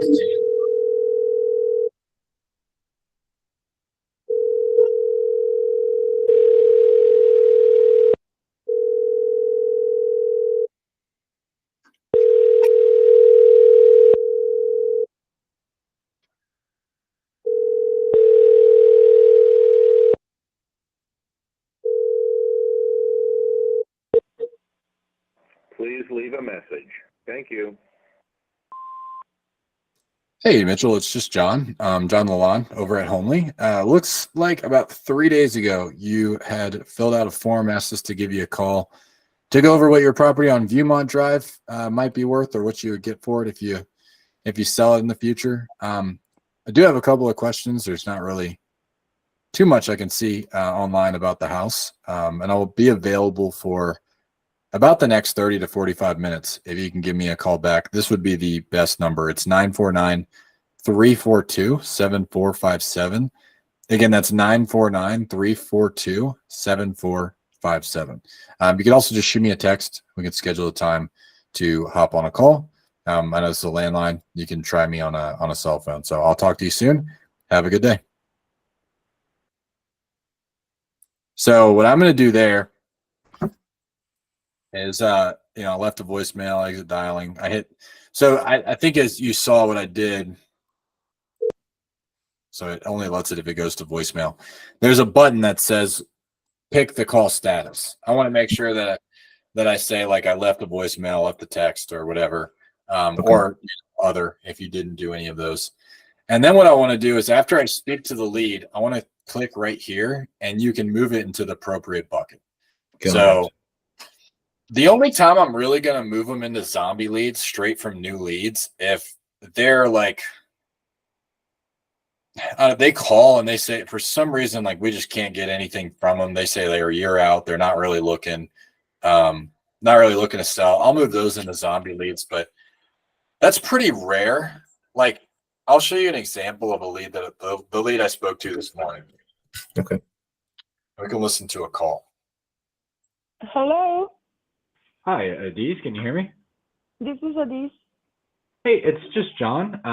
John Lalonde over at Homely. We were just playing a little bit of phone tag, and we haven't been able to touch base yet about your property on Kashmir Place. Okay, there's been so many calls that I don't even know exactly who you are, but I'm sure it's one of the real estate people who interested in buying the house or get involved or what? Potentially, it looks like you found us on YouTube yesterday. Is that right? About 3 days ago. Okay, we just got your form yesterday. What was it about the ad that maybe made you want to look into just a little bit further? Well, just very random idea that wondering, what the prices are in our area and maybe, just wanted to move somewhere. Okay, sure. And do you guys know where you're headed next? No. Not yet. So, No. well, this first Not call, this first call is usually pretty basic. It's really So that's what you hear at the beginning. You would probably assume that this lead is not very motivated, right? Yeah. So you assume she's like, oh, I don't know where I'm going. She just said it's a random idea. If you listen to the end of this call. Before and after. okay. 2 to 3:30. Let me do this. And what I'll do is I'll shoot you a text at the end of the day, just to verify with you that I've got that confirmed with one of our specialists. I'm gonna put this on the calendar. Do you use your calendar? So if I send you an invite, can I send it to you? Okay. Yeah. Let me do this right now. Or you can text me. You can send me a text and I'll confirm everything good. I use text mostly, but anyway, it's good. Perfect. So let me I'm gonna send this over to your calendar right now, so we have it on there, and then I'll do a text confirmation as well to see just to make sure that somebody can come out. If not, the other thing that we could do is we could do Zoom. Yeah, what I'll do is I'll try to get somebody out in person. That's way better for us. But just in case there's no one available, we could do a Zoom. Is that fair? Yeah, that's fair. And we'll do that. I'll text you my name so you could save my number. But it's been really great talking to you. I love your attitude. Great talking to you. And hopefully one day we cross our paths. And I will. If I'm ever in. So this turned into a booked appointment, and I'll tell you what I found out about her. She works her ass off 7 days a week. She lives right now in she lives inland, but she's from the island. She wants to live close to the water. and her son's been also working his ass off. He's a truck driver. She's trying to get a better life for him. So they're really trying to move down to Santa Barbara, and they're already looking at apartments. They've been looking at apartments for a while. They know what they cost. They want to know what they can get out of the house, so that way they can move down to Santa Barbara. And when they move down to Santa Barbara, she's going to start a hot dog stand, which she already has done before in Alaska. And she's like, I work my own hours. I get to do whatever I want. I can rent down there. It's not a problem. And then, get a good life for me and my son. And like that little bit of like, I don't really know where I'm going. She does know where she's going. She's not going to tell me, a stranger that calls her in the first, but you can tell at the end of this, we're friends. Like she's like, and you can go back. I'll tag you in this call. This was just this morning. And I'm actually going to book an appointment. Maybe for Jim to go out with, depending on how far. That's why I said I might book an appointment for Jim, but it looks like it might be pretty far. So Castaic is far. What's that? Castaic is pretty far. Yeah, that's like North LA. They're basically, they're all the way in Santa Clarita. So I think that might be usually the farthest north we'll go. We're not going to go like really farther than Pasadena. And that's still pretty far. I mean, that's like an hour and a half to almost 2 hours. So, anyway, that's kind of if you go back and listen to this call. Yeah, I plan to. Yeah, dive in really deep before you decide somebody's a cool lead. So I thought this lead from the beginning. She told me that she doesn't know where she's going to go. It was a random thought. She just clicked an ad, all these things. But I just started diving in. So where would you go? How long have you been thinking about that? And she feels the urgency at the end of it, where she's like, let's do it. June, I can move out by June. You come out to the house, come tell me what it's worth. I can move forward. I have some stuff I need to figure out, but that's an appointment call if you want to go listen to it. Yeah, I'll listen to that when we're done, actually. And I just looked up the address. That's about a 2-hour drive. It's 76 miles. Yeah. Okay. Yeah, that's too far. I mean, unless that thing is like you get like $100,000 deal on the line, I probably wouldn't do that. It's a 4-hour round trip. That's an all-day thing. That'd be too tough. Yep. So that's where I'm going to go first. Now, the second thing I'm going to do is I'm just going to filter, right? I'm going to take out the dates. So I'll reset all my filters. I'll go here, and I'm going to go to my leads communication, see if anybody's been responding to the drip campaigns. Because every once in a while, we'll get some of those. Closes, funds coming in Monday.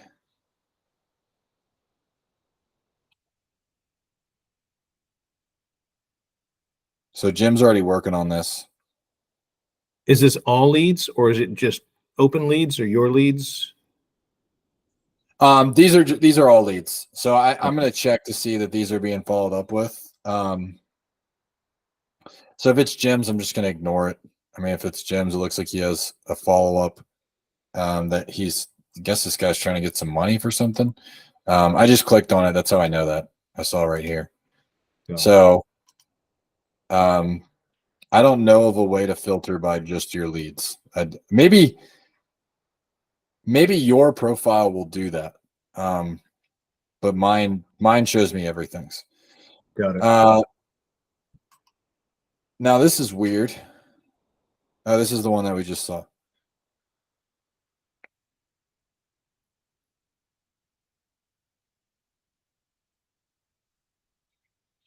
So this is another mobile home that responded to an ad.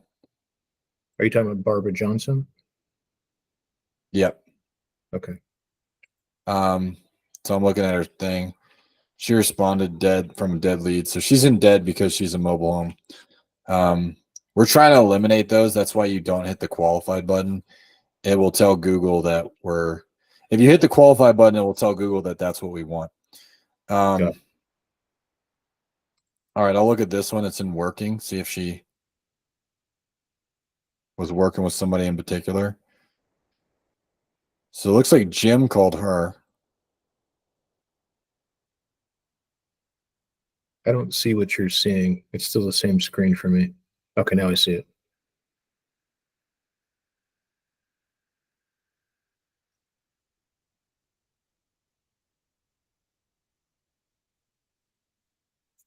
So Rich was working with this person and Jim took it over?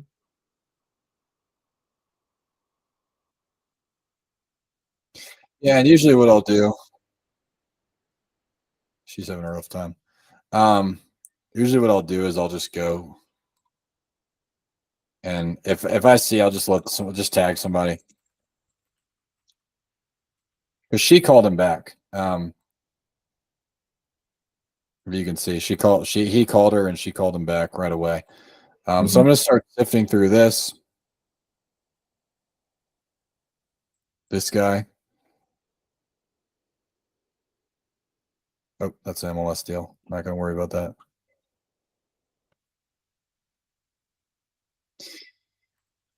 Here we go. Another one said, how much do you offer?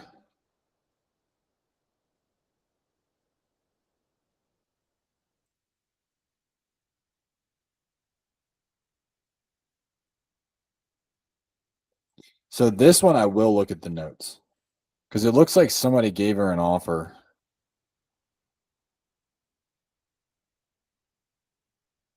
$444,700 on October 9th.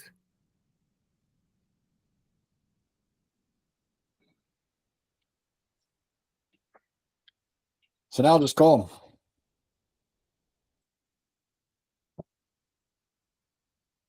Now let me show you my script that I use here. Okay. It's this one. And so you'll be able to hear me go over it while you'll hear me. Make sure we get that one. Yeah, right here.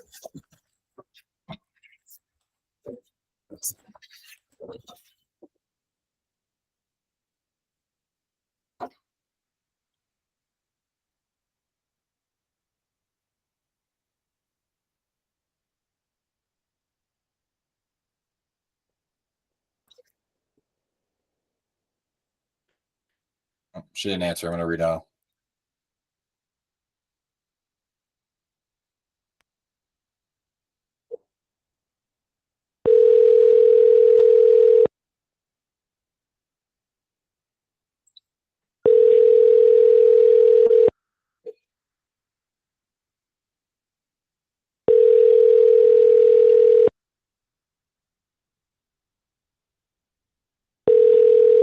Your call has been forwarded to an automatic voice message system. 76063620041 is not available.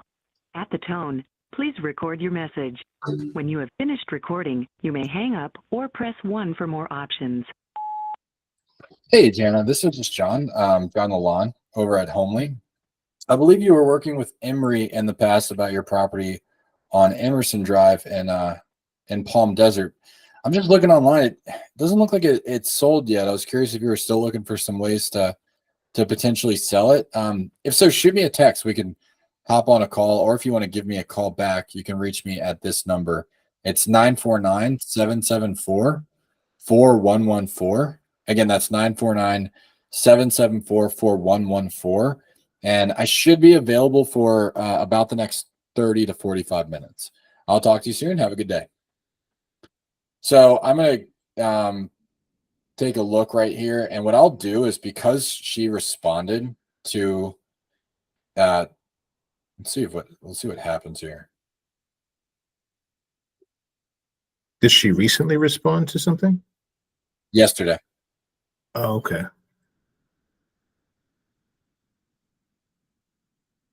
So it looks like somebody spoke. So I'm going to put a lead to check back, a task to check back in. I'm not going to delete Jade's task. I'm just going to say, try back. I'll hit right here. It'll say call, assign to myself. I'll put 1 day out for tomorrow. Actually, If it depends if you're working Mhm. on Saturday or not. If you are, you can put tomorrow. And so I'll set that. So I'm going to do that. I'm going to continue to go through the communications like that for anybody that looks like maybe they responded. Anyone that responded to text.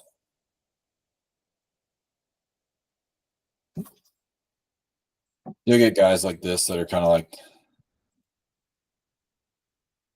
some people are a little crazy. 1,000 homes. I've had offers for 3.5 million. It's like Okay. it's like a $500,000 house.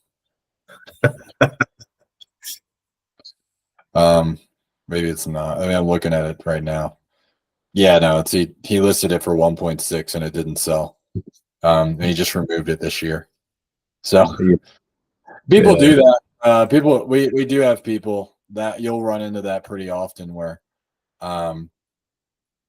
they're like, yeah, I had offers for 3 million, thinking that we're gonna some reason come up to that because they had other offers there.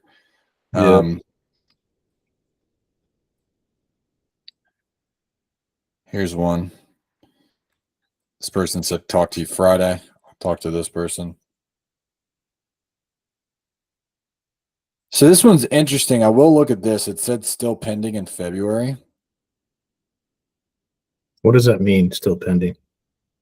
Like it's pending on the MLS. Oh, okay. So let me give her a call, see what's going on.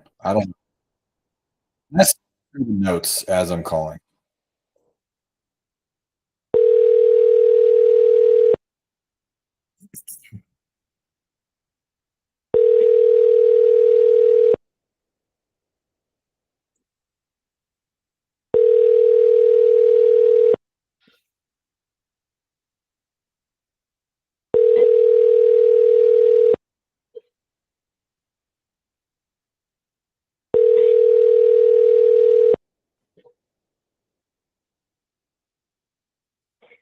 Hi, I'm not here right now, but if you leave your name and a short message, I'll be. So I'll scan through the notes. Unfortunately, she's in foreclosure, and she has a bankruptcy. So like she's she's Oh, what's that? And the seller agent's listed on there too is Sarah. That's her listing agent. Yeah, so it is listed. I would find out maybe what's going on, but I want to talk to Nitsa first because a lot of times what I'll do is if the seller's agent is like holding them up and nothing's going on, let me see.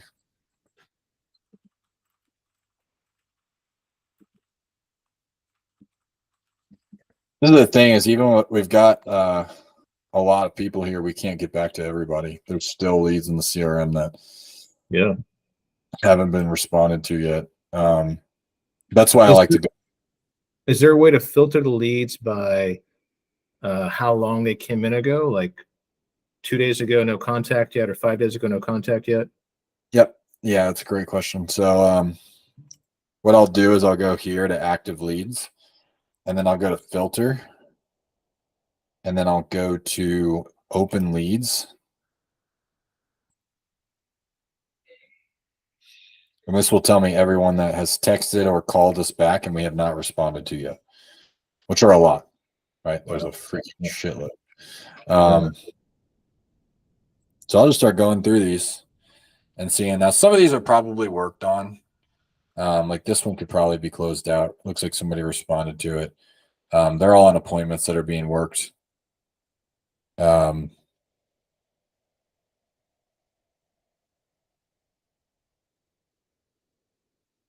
Let's see. Just kind of skim through these.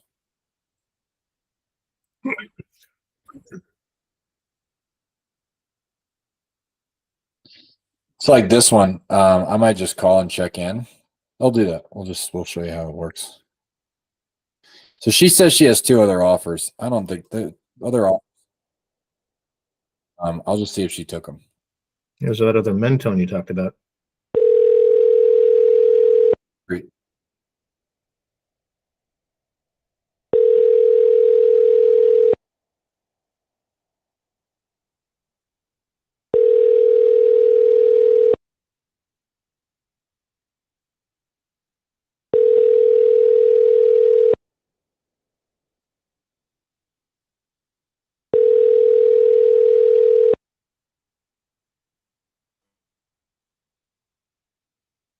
leave your message for Car.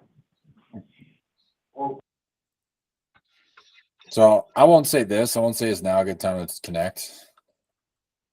I'll say, do you already accept those other offers?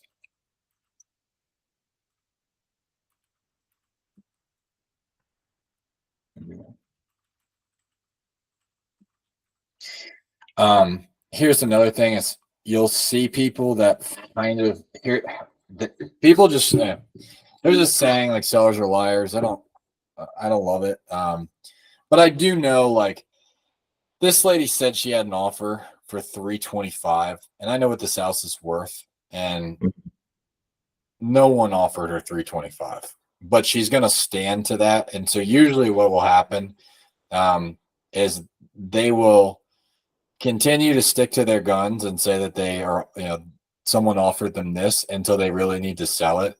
And then they'll just tell you the other person backed out. That happens a lot. It happens anytime someone says that they have another offer. I just completely disregard it. I don't, unless they send it to me in writing, which we have had a few times. If they send it to me in writing, I'll go back and I'll look at why are they offering more than us, and I'll really look at it. Maybe we missed something. Maybe there's like, we're definitely not perfect. Maybe it's a bigger lot, or there was a comp that we didn't see, or something.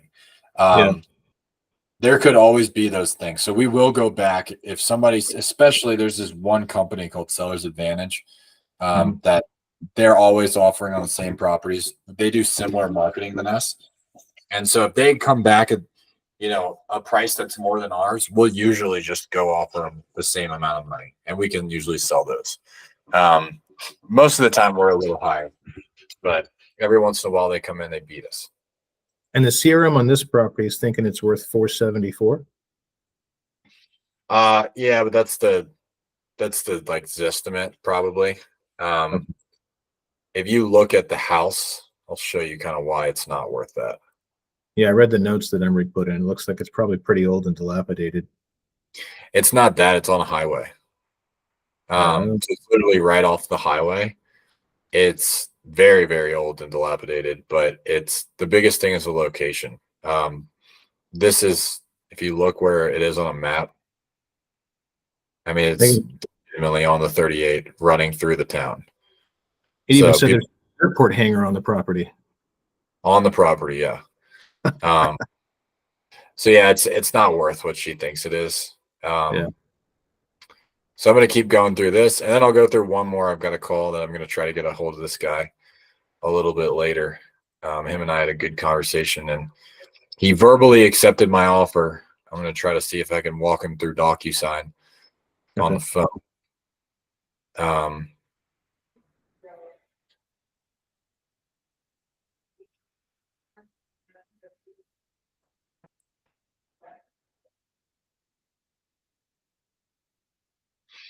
Scroll through these a little bit more. Here we go. One thing too is that a lot of these people that say like propose an offer, I always assume that they're going to be kind of rude. But a lot of times they're not. Like a lot of times when you get them on the phone, they're really not that bad. This guy specifically.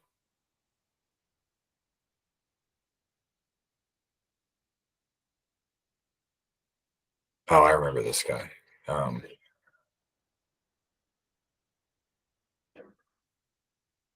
Giovanni. Yeah, I'll give this guy a call back. He's been kind of going back and forth for a while. He wants 1.2. His house is worth 900,000. This is what it looks like. But we're gonna call this guy together.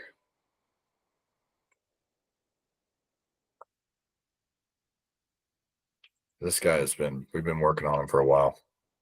See if I can get him on the phone. Problem is see if weird that I can't talk to you while it's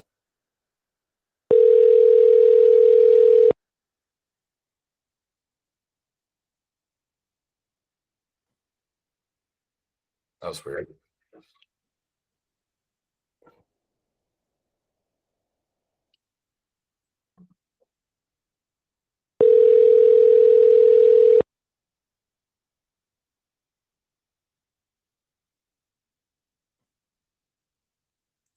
So his phone is going. I'm going to try him again a little bit later. Him and I had like a 35-minute conversation yesterday. If you want to go listen to it at 1:40 p.m. Can you hear me now? I can hear you perfectly. Yeah. So this is kind of like, this is really more so what our sellers are dealing with. This guy, his house is a mess. Like his house is, it's probably worth 600,000. Offered him 465. He was trying to get a quote from a competitor too. But this guy is like, diabetic. He had a leg amputated from diabetes, and he's not able to pay his mortgage anymore. So he hasn't paid it in like 3 months. And his son burnt down the kitchen, so he can't list it on the market. Son does fentanyl, and so it's a kind of like a complete mess. And this guy can't have. I mean, he needs somebody to come in and buy it cash. Can't put it on the market. So I'm going to try to call him back a couple of times today, and go over the offer with him. I would love to be able to do that with you. Other than that, Elsinore is supposed to be like the meth capital of the area. It's supposed to be what? Like the meth capital of SoCal. Is it? It used to be. I don't know if it still is, but it was known for that. I didn't know that. I mean, I could imagine like parts of Riverside. Yeah. They're going to be not the best. It is getting a lot nicer. They've tried to revitalize it over the last like 5 years. It's gotten way better, but like 10 years prior, it was pretty bad. It was rough. Yeah. So what I'm going to do from here now is I'm going to start filtering by anything that's assigned to me in general. Okay. Just see if I have any low-hanging fruit in my database. And I'll start going through maybe some of these might not actually be assigned to me. Maybe they were being worked on by somebody else.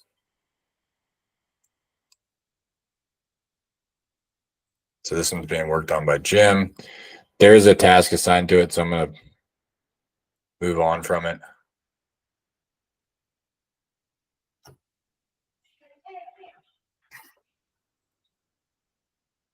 I think I just called this guy the other day. Let me check.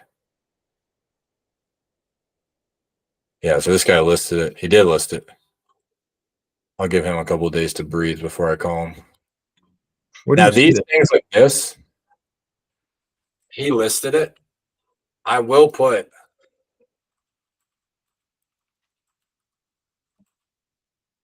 Okay. a task. Did that person receive an offer from us yet? I'm going to check right after this to see how different. See what it's listed at compared to what we offered. Got it. So I'll check probably in 2 weeks. Because we buy properties that are listed all the time. So we offered him $350. He has it listed right now for $440. See if he did any work to it. No, he did not. It's not in good shape. I want to see if I'll see how far off we are. So 440.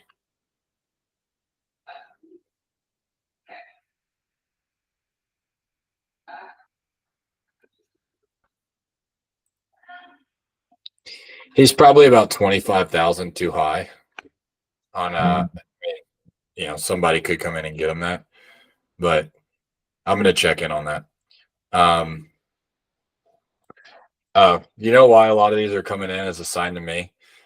I'm also labeled as the owner, so this shouldn't happen for you. This is one that Jim's negotiating. I'm going to go through this next. And then once I do all of these, let me get to that.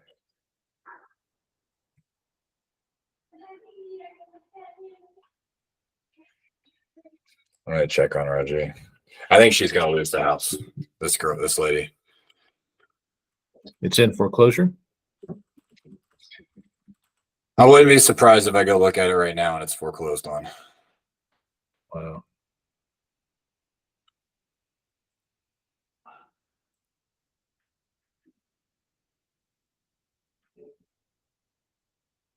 Let's see.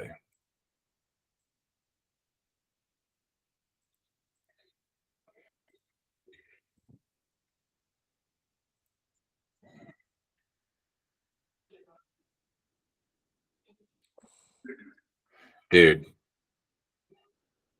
my heart drops when that happens. It kills me.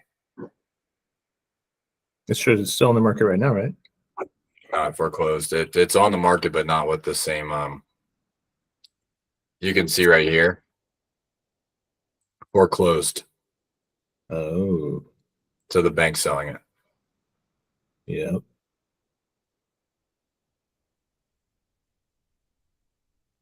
Used to do a lot of that. Yeah. That's too bad. I'll go hard on these. So like you've probably heard me negotiate with people. I'm pretty like relentless. Mm-hmm. I will go very hard on these people if they're in foreclosure because I know that if they lose it, they lose it. Do we have a filter for foreclosure properties? Yeah, actually. Another good question. Let's see. So if you go to reset filter, there's actually two you can do. So one is all properties that are in foreclosure, and that will be include in tags. Drop down and it says BL/foreclosure. What does BL stand for? Bankruptcy listing, maybe. I don't remember what BL is. Got it. I don't know when we did that.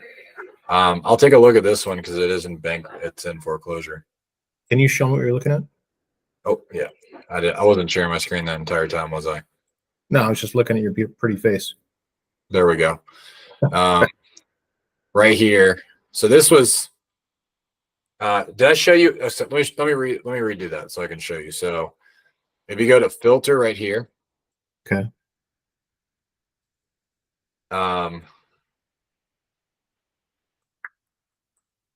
Tags, and then okay. I think it's like bankruptcy lead / foreclosure. Who assigns that tag? Does that just come to us already tagged? No, we have a virtual assistant that goes in because some of these leads actually come in from other sources. Like some of these have been cold called because they're in foreclosure. But some of these leads come in from, Google search, YouTube, things like that. Mm-hmm. And I'll take a look at this one. So I'll just call him. It looks like the house was listed. He might have sold it. I don't see it listed anymore. So he might have sold it and might have took it off the market. I'm just going to. It's a good area.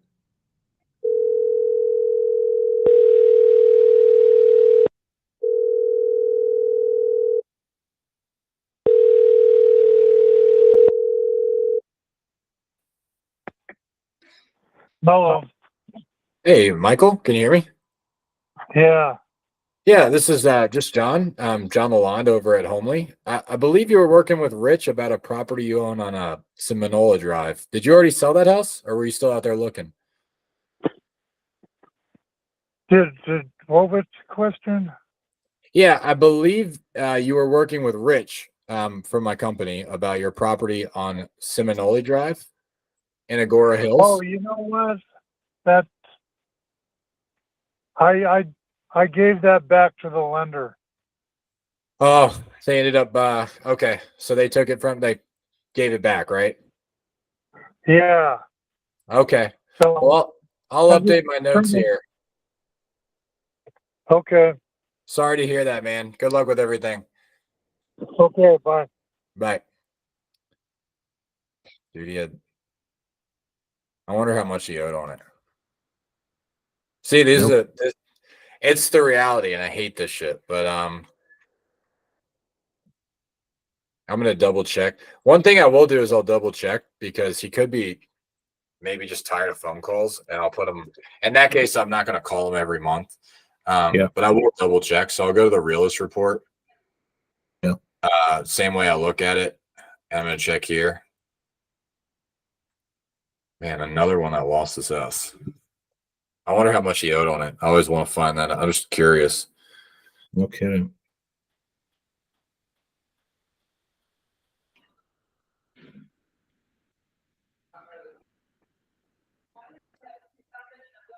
Yeah, it looks like there was a transfer. Yep. One Up Builders. Deed in Yep. lieu of foreclosure. Yep. That's crazy. You know what else is crazy? 50,000. You know what else is crazy? Yeah, I see that. What did we offer him? Probably over $1 million, right? 930. Wow. We offered him. He would have made 80,000. I don't know who this was. It definitely wasn't me. It was Rich. Must have been Rich. He was a good close. I mean, you can't win all of them, but Yeah. I mean, yeah, we offered him almost $1 million cash.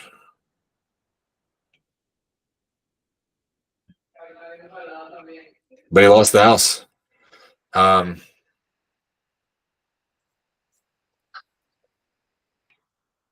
guess 2 of the 4 investors. So I'm gonna move that to dead. I think I asked you this before, but all these filters or combinations of filters, there's no way to save the settings as like a default filter this way. Give me the list, right? I wish there was. Unfortunately, no. That'd be cool if you could just filter it and Yeah, if you had some preset filters that you love and just click on them and they're already done. that'd be great. Okay. I'll talk to the developer. I've been with this company since they were a startup, like really small, this CRM. Yeah. So him and I kind of keep in touch every once in a while.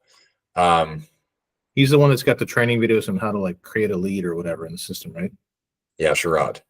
Sherrod, yeah. Okay. So yeah, now it starts sifting through some of these. These are all foreclosure properties. That seems like so much of an easier prospect when they're already in foreclosure too. You would think. Well, I know a lot of them bury their head in the sand and just, try to avoid confronting it. But there's no question they're in need. Oh yeah.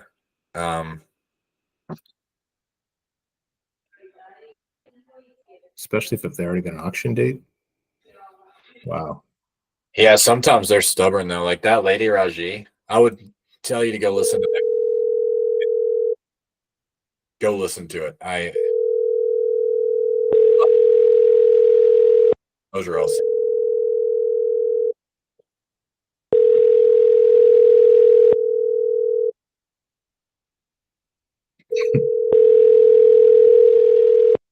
Sometimes they're.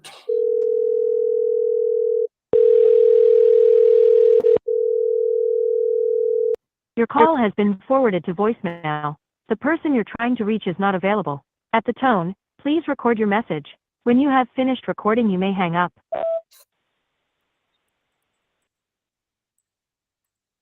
Let me read that one. Another foreclosure lead. Hello? Hey, Alexander. Can you hear me? Yeah, speaking. Yeah, this is just John. John Lalonde over at Homely. I believe you were working with Emory in the past about a property on Portland Court. Did you already sell that property, or were you still looking? No, I have. Still looking to sell it. You're still looking for some ways to sell it. So I don't really have much notes here. I don't even know if you remember Emory Jensen that you were working with. Does that even ring a bell at all? No, it doesn't. Okay. Can you kind of walk me through maybe what you guys discussed about the property? Like, is this a house that you live in? Is it a rental for you? What's going on with it? Well, I was living there, and then financial stuff happened, and now it's pending foreclosure. But I have moved out, but I still have a few things there at the moment. Okay, but you're already out. So you already got your next place lined up. That's all taken care of, right? It is. Okay. And so is anyone living in the house at all? Like there's no squatters or anything like that in there, right? No. Okay, so you just have to go get your stuff. Yes. Just like a little bit of clothes left. Okay. And did they give you, I mean, sometimes they give you like an auction date, things like that. Did they give you anything like that? Not that I'm aware of. Let me look into that for you. Okay. That helps us. Really, my goal at the end of the day, I just looked at a couple of properties actually that went to auction, and the more time I get, I mean, the more money I can get in your pocket at the end of the day. Really. Okay. Did they tell you how much the foreclosure amount was? No. I bet I could find that for you too. Okay, let me see. Let me pull it up for you real quick. Okay.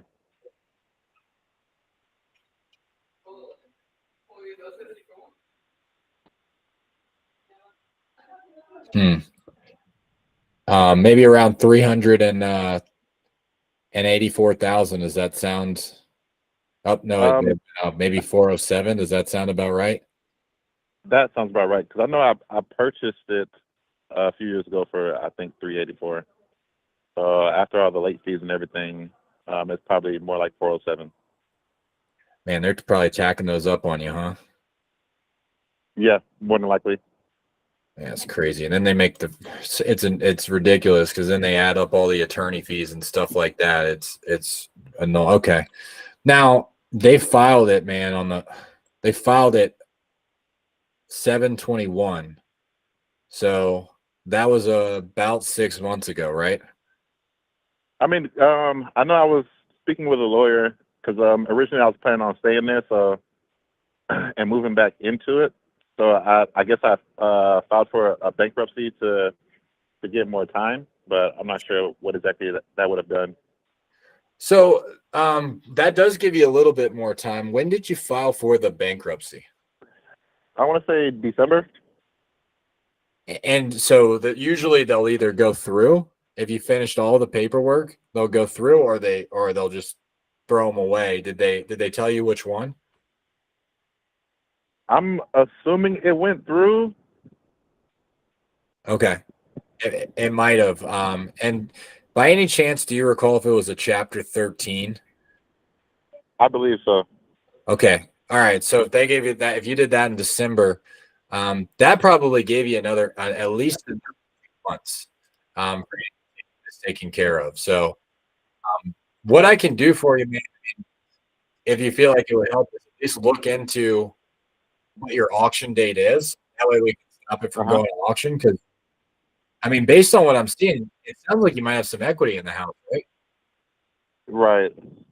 Okay. I mean, yeah, definitely. And you already got your next place where you're headed, right? You're living there now? I am. Okay, good deal, man. What I mean, if you don't mind me asking, what ended up happening? Was it COVID? No, it wasn't COVID. It was I left my previous job, and then I guess hindsight, I was paying all the other bills before I was paying the mortgage, and then I just wasn't able to catch back up to it. Man, sometimes you got to do what you got to do, though, you know? So, yeah. I hear you. Well, here's what I can do if you feel like it would help. I mean, I'll go back. I'll see what we can end up buying the house for. It sounds like you've already got everything lined up, so there's nothing tying you back to this house at all, correct? Correct. Okay, so you're ready to go. You just want some cash in your pocket at the end of the day. Right. Okay. Well, let me do this. Is this the best number to reach you at? It is. I'm going to shoot you my name if you can save it. It will probably only take me maybe 5 to 10 minutes to run the numbers, see what I can put in your pocket. Have you tried to do anything else so far to sell the house? I've spoken to a few people already about them purchasing it. Well, like other investors. Okay. And what prevented you from maybe moving forward with any of those guys? Still just weighing options of who to actually go with. Sure. Yeah, no, that's fairly common. And obviously the price is important for you, right? Right. Well, yeah, I'm sure you've seen, and I know what I've noticed from doing this. At the end of the day, a lot of times the house is worth what it's worth, and they all come back with, like relatively the same price. I mean, if that ends up happening, they all come back with the same price. I mean, how would you go about making your decision then? I'm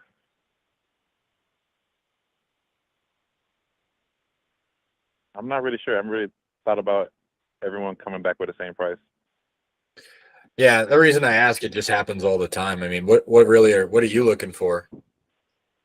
Well, of course, I know whoever is trying to invest into this property is trying to at least come out with a good, decent profit out there.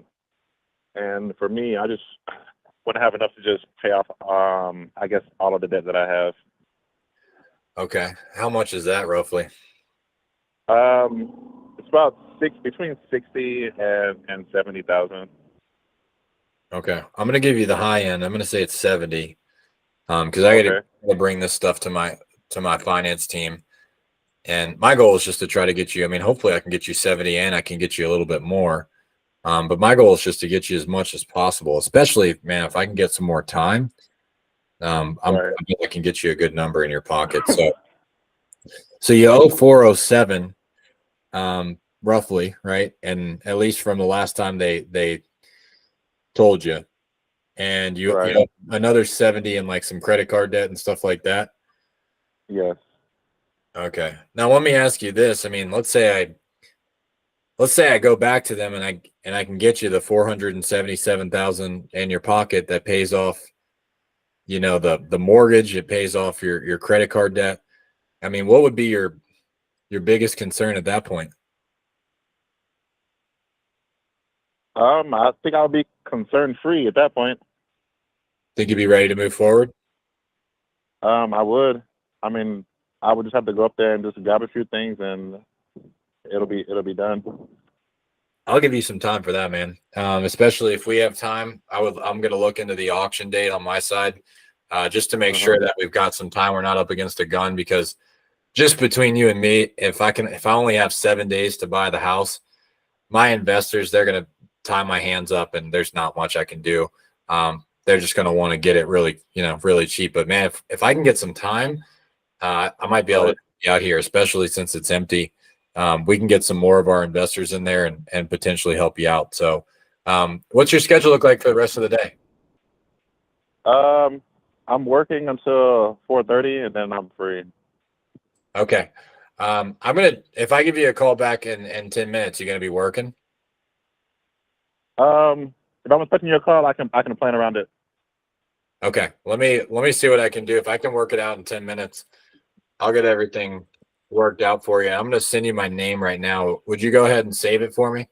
I'm sure you're getting tons of calls. Figured I might as well. This number?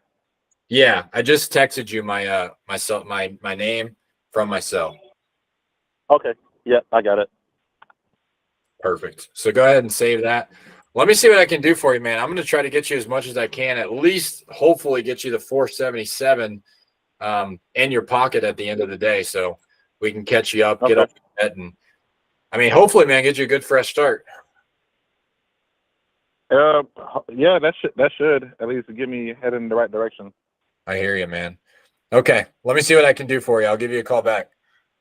All right, sounds good. All right, talk to you soon. Bye. All right, bye. All right, so we got one, right? That's the kind of that's all it was, right? I figured out his needs. He needs 477. I have no idea what the house is worth yet, so that's another thing I don't want to know yet, right? Yeah. Well, I'm just looking at Zillow and Redfin. They're estimating, like 577, and what's Zillow saying? 586. So I mean, even if you come in at 530, you're still reaching your numbers pretty easily. Yeah, let's see where I got to pay my commissions. I got to make 30 grand on it. Let's see. But if you did a cash offer, you wouldn't have to worry about commissions, would you? Well, I don't know if I can get them that cash. Let me see what I can do. Okay. So First thing I'm going to do is go to the realist report. So it's actually a condo. Uh-huh. So let's see what we got here. I got to give Jim a call in a second.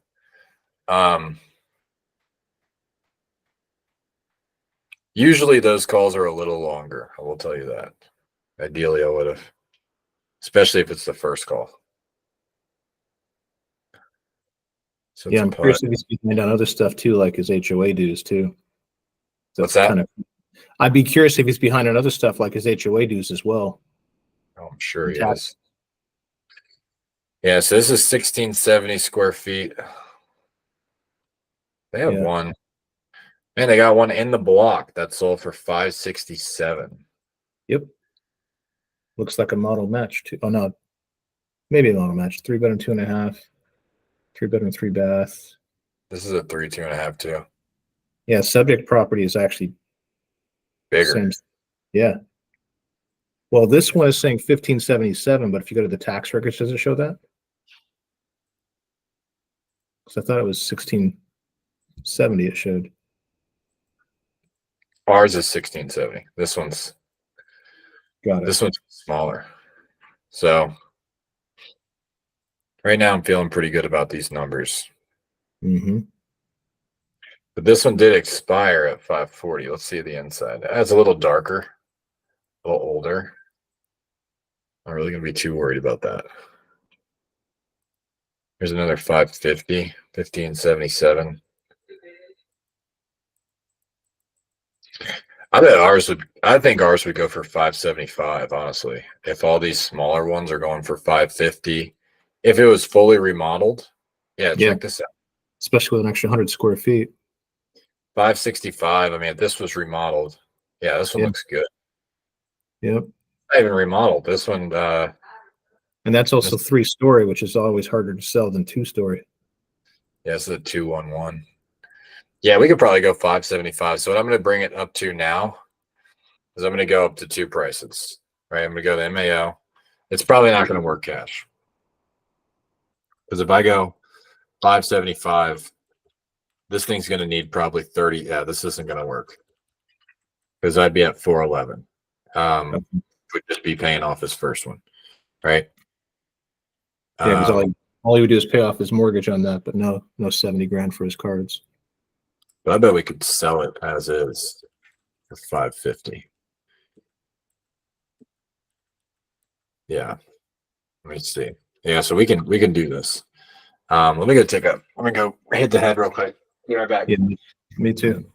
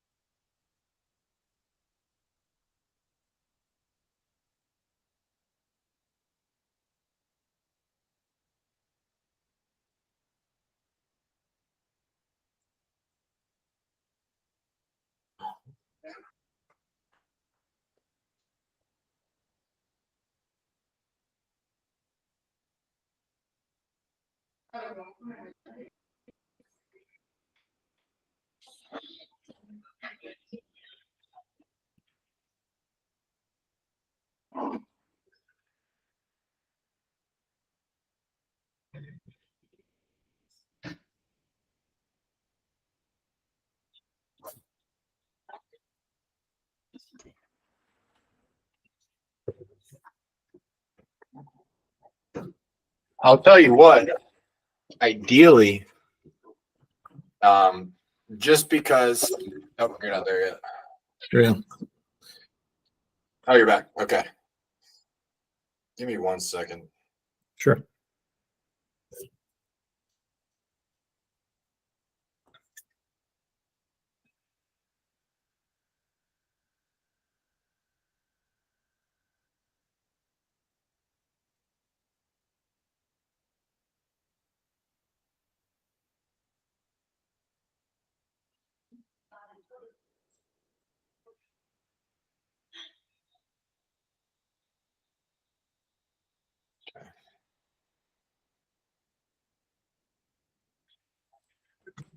All right. So ideally, this would be like a perfect person to go to in person. Hey, I'll come meet you at the house. Why don't we take a look at it? Because right now, I don't really know the condition. Yep. I'm thinking I could sell it right now for $550, and I don't really see a reason why I wouldn't. And even if we sold it for $530. Because it really wouldn't cost you more than 10 to 30,000 to fix that thing up to make it marketable and pretty easy to sell. Correct. It's also my favorite lot in the neighborhood because it's kind of tucked. Mm-hmm. Now, I mean, I guess there's those cul-de-sac ones that are a little better. But yeah, these things are all selling. They're not selling and they're not crazy good condition. They're nice houses. They're built in 06. What's the typical market time to sell there? 8 days, 12 days. This one sold for $567 in 8 days. Yeah.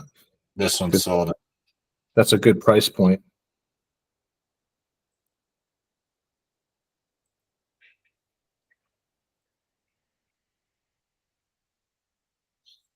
Yeah.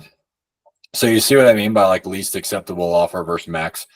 I could have just gone and pulled up the calculator, like said, now I'm not going to go and say I've got you the full 70. I'll say, hey, I was able to get you up to 65. This was not, I'll say this was not a great call so far. I have not built very much trust with him. He does not at work. Like ideally I would sit there and kind of talk to him for like an hour. Like this was not a very good call. If you're that quickly in the conversation, you probably are just like everyone else. He's not going to differentiate me versus anybody else. If I give him a better price, maybe. So I'm going to have to sit back on the next call and talk to him and really figure out like what I can do, you know? Okay. And I'll kind of game plan that now. Like I want to go into solution awareness a little bit. So I mean, it's pretty obvious why he hasn't like why he's looking at doing this now. I went over how's he going to make his decision if he goes with all the other companies, right? Do you try to find out at all what the other companies are offering him? Yeah, and that's what I would do on the second call. It sounds like nobody's been able to offer you enough to pay off the mortgage first, and I'm going to go with that. Figure out the auction date, and then I'll go over my 2 pitches. So, I'm going to anchor with cash, and I'll go into my second one. But I'm going to give it some time since I told him I'll call him back and see. It's 217.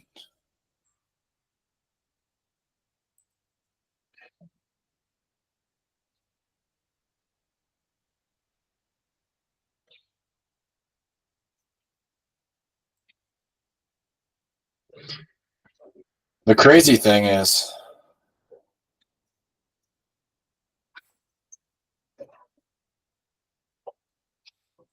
some of these leads, man, you just call them. We've been calling this guy every freaking day. Mm-hmm.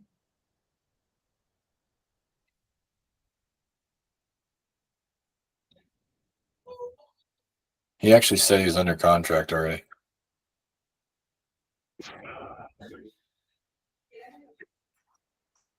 With another investor. Check this out. Listen to this. This is what I mean by you just keep following up with people. This is what this guy said in the past. Hello? Hey, Alexander? Speaking. Hey, Alexander, it's just Mason. It looks like you had spoken with Eva about Portland Court back on the 22nd. So I'm assuming you've already moved on from that property? Yes, I have. Okay, awesome. So have you sold? About to. Oh, gotcha. Are you under contract with a different company, it sounds like? Yes, I am. Oh, gotcha. All right, Alexander. Well, I'm glad that you're able to find a solution. Wish you the best. All right, thank you. Bye-bye. Bye. So they're like right there. Just making sure you're staying in touch with people because he was under contract before, with somebody else. But do you think that was just getting him off the phone because he got tired of getting phone calls? Probably.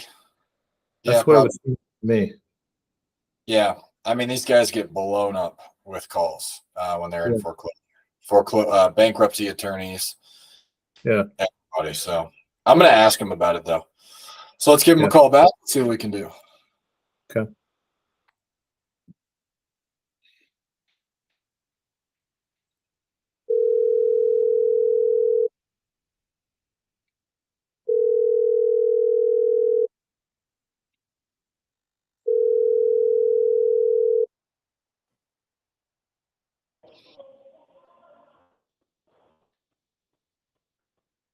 Hello? Hey, Alexander. It's John Lalonde. Hey, how's it going? Good, man. Hey, I was just going through they're running their final numbers for us, and I was going through our notes here. It looked like in the past when you spoke to Mason, you were under contract with another investor or someone else before. Is that right? No. No. Okay. It just said that in the notes that maybe you had accepted an offer in the past, but I think when I was filing for the bankruptcy, they might have put that to also give more time. I'm not sure, but I haven't been under contract with anyone as far as selling the house. Okay. Yeah, I mean, that makes sense. I was wondering, and honestly, man, you've probably been getting a ton of phone calls too, right? I have. Maybe you just said that to maybe get them off the phone. I wouldn't blame you for doing that. It's got to be a lot to deal with. Right. It does, but. So, I mean, I was just curious about that note. So they're running their final numbers. They did want me to ask you the inside of the house. I mean, it's only built in 06. When you left it, how'd you leave the condition of the house?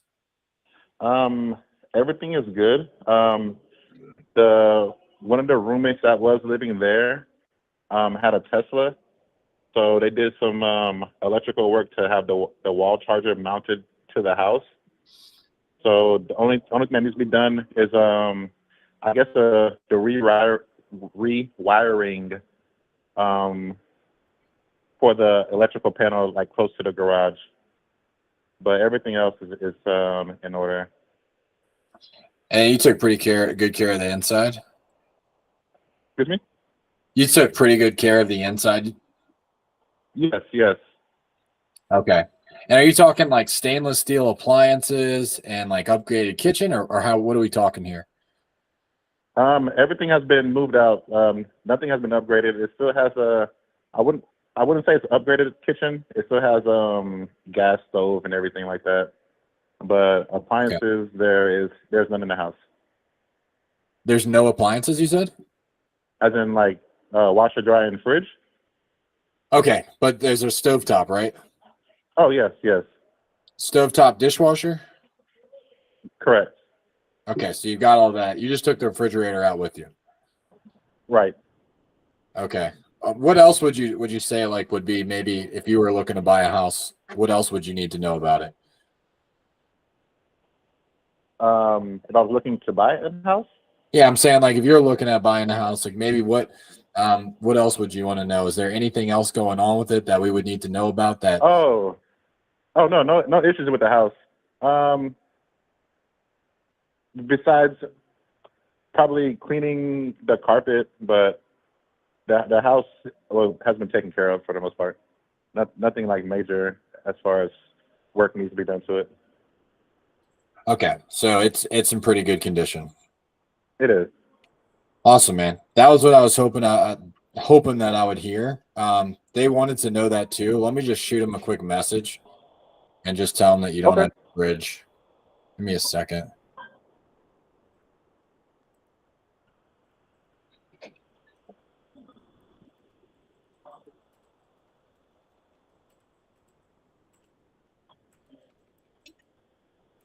All right, cool. So that shouldn't take them much time. Have any of the? I'm guessing none of the investors so far have been able to pay off, pay off all the debt plus the mortgage so far, huh? I mean, not all of the debt. Of course, most of the investors I would be walking away with some cash, but of course, yeah, definitely. Each one has been like ballpark around like 5,000 to 10,000 within each other. Oh yeah, and how much cash do they have you walking away with? I think roughly between 60 and 60. They're offering 460 to 470. Okay. And then some are lower, but for the majority of the part, it's 460 to 470. Makes sense. So you're pretty. I mean, that sounds about right. I'm waiting for my investors to come back too, and then I'll go over 2 options with you. They said that they were all ready to go. They just wanted to know. Sometimes, man, people just destroy their house when they leave because they think the bank's going to take it. But you didn't. I'm about to say, if they wanted to, I was actually going up there tomorrow to show some other investors the property. I'm not sure if you're in the area or any of them are, that they could also just stop by a little bit later in the morning. They might do that. Let me see if we can work out an agreement. We might not need to. Okay. If I can get you the money that I'm thinking in your pocket, maybe they won't even need to come out. Honestly, man, take it as is. Yeah, because honestly, a lot of those investors, if they see it before, maybe they even lower the price. Where if I can get them an agreement now, we don't have to do that. I'm just going to tell them it's in the best condition possible. And that's true. I'll tell them about the electrical, but you sound like you've taken decent care of it. Yeah, I try to. Good, man. Well, good deal. Okay, let me see if they're ready for us. Wow. Hold on one second. Let me wait on hold for like 2 minutes. I'm going to try to do one more thing. Can you hold with me for 2 minutes? Sure. Maybe 60 seconds. Okay.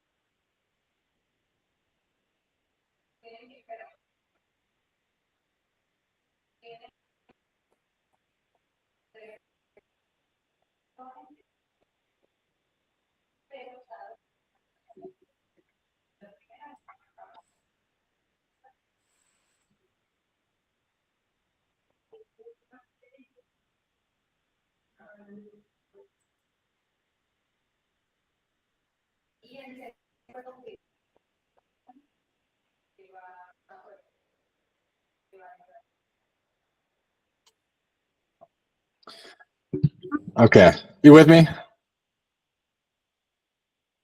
Alexander? Yeah, I'm here. Sorry about that. Oh, good. Do you go by Alexander or you go by Alex? Alex is fine. So you don't have an auction date right now, right? Not that I know of. I mean, I haven't checked the mail recently, which is another reason why I was going up tomorrow. But as far as I know, I did not have an auction date. Okay. Where are you now? I'm in San Diego. Oh, nice. You're in one of the best parts of the country. I'm up I'm up about an hour north. Have you ever been to San Clemente? I've heard of it. I have. It's Orange County. So like if you go up if you know where Camp Pendleton is, like on the north side of San Diego, Right. San Diego County, you keep going. That's where I'm at. And our office is pretty close to you. So our office is in San Juan Capistrano. Okay. So it's like, if you know where the Ortega Highway is, you go up the Ortega Highway and we're relatively I do close. not. Okay. You don't know where Ortega is? No, the well, I'm not 74. even from. I went up to. Oh, so 74. The 74, yeah, it's called Ortega. Oh, okay, yeah. I mean, it's like going to Temecula. I guess it crossed. I passed the 74 going to the house. Okay, yeah, because if you're in San Diego, you probably take the 15 all the way up, huh? I do. Yep. Are you from here? I'm from Georgia. Oh man, what brought you out to Temecula? Military. Well, I was in San Diego. I was stationed at Miramar, and then I just ended up staying here after I got out. Navy or Air Force? Or Navy or Marine Corps. What were you? What was your MOS? I was cryogenics, 6074. Cryogenics. So it's like, yeah. So working with I guess emergency oxygen and all that kind of stuff for the pilots. Interesting. Okay. So you were on Miramar. I was on Pendleton, man. That was actually what brought me out here. I was at 0321. I was at 0321, and then I also was in 0317. Are you familiar with those MOSs? Yeah, I am. Yeah, recon, and then I went to sniper school as well. What years were you in? I got in 08. Okay. Got out in 2020. Oh wow, so you spent a lot of time. Yeah, a little bit. Did you drive? Did you used to drive from Temecula to Miramar? Or were you on the base back then? I guess I was driving. You were driving because that's a decent ways, right? It was with no traffic because the time that was. If I left on time going home, it'll be. I want to say I timed it. It was like 37 minutes from my door to the gates. Okay, so that's not terrible. No, because the property is like right off the 15. So you get off the 15 and it's like not even 5-minute drive. And it's so much cheaper to go out in Temecula than it would be if you were like, if you're on Miramar, imagine trying to live out on like Del Mar or, Solana Beach or something like that. Or like anywhere south. Anywhere south, yeah, it gets crazy. Because when I was on Pendleton, I used to live in Oceanside, and I would live. I don't know if you know where the 76 is, but if you go up and all the way, like basically close to Bonsall, and it would still take me like 30 minutes to get to the base because of traffic. Oh wow! So that's cool, man. So what'd you end up doing when you got out? I was a supervisor at an actual. It was this artificial grass company. What, turf? Yeah, I'm familiar with that. I was supervisor there. I'm at Turf Distributors, and then stopped working there, and then now I'm at my current job. What do you do now? Right now, I work at Tesla. Oh no shit! So you got the Cybertruck down there? Yeah, we do. I don't have one, but it is here. Dude, how is it?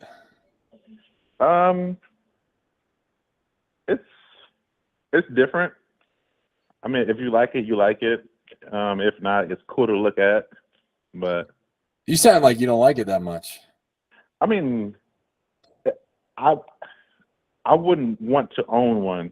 I'm more of a traditional truck kind of person than a Cybertruck. Interesting. But how do you like working at Tesla? Oh, it's nice. It's nice. I like it. Nice people, good benefits. Can't complain.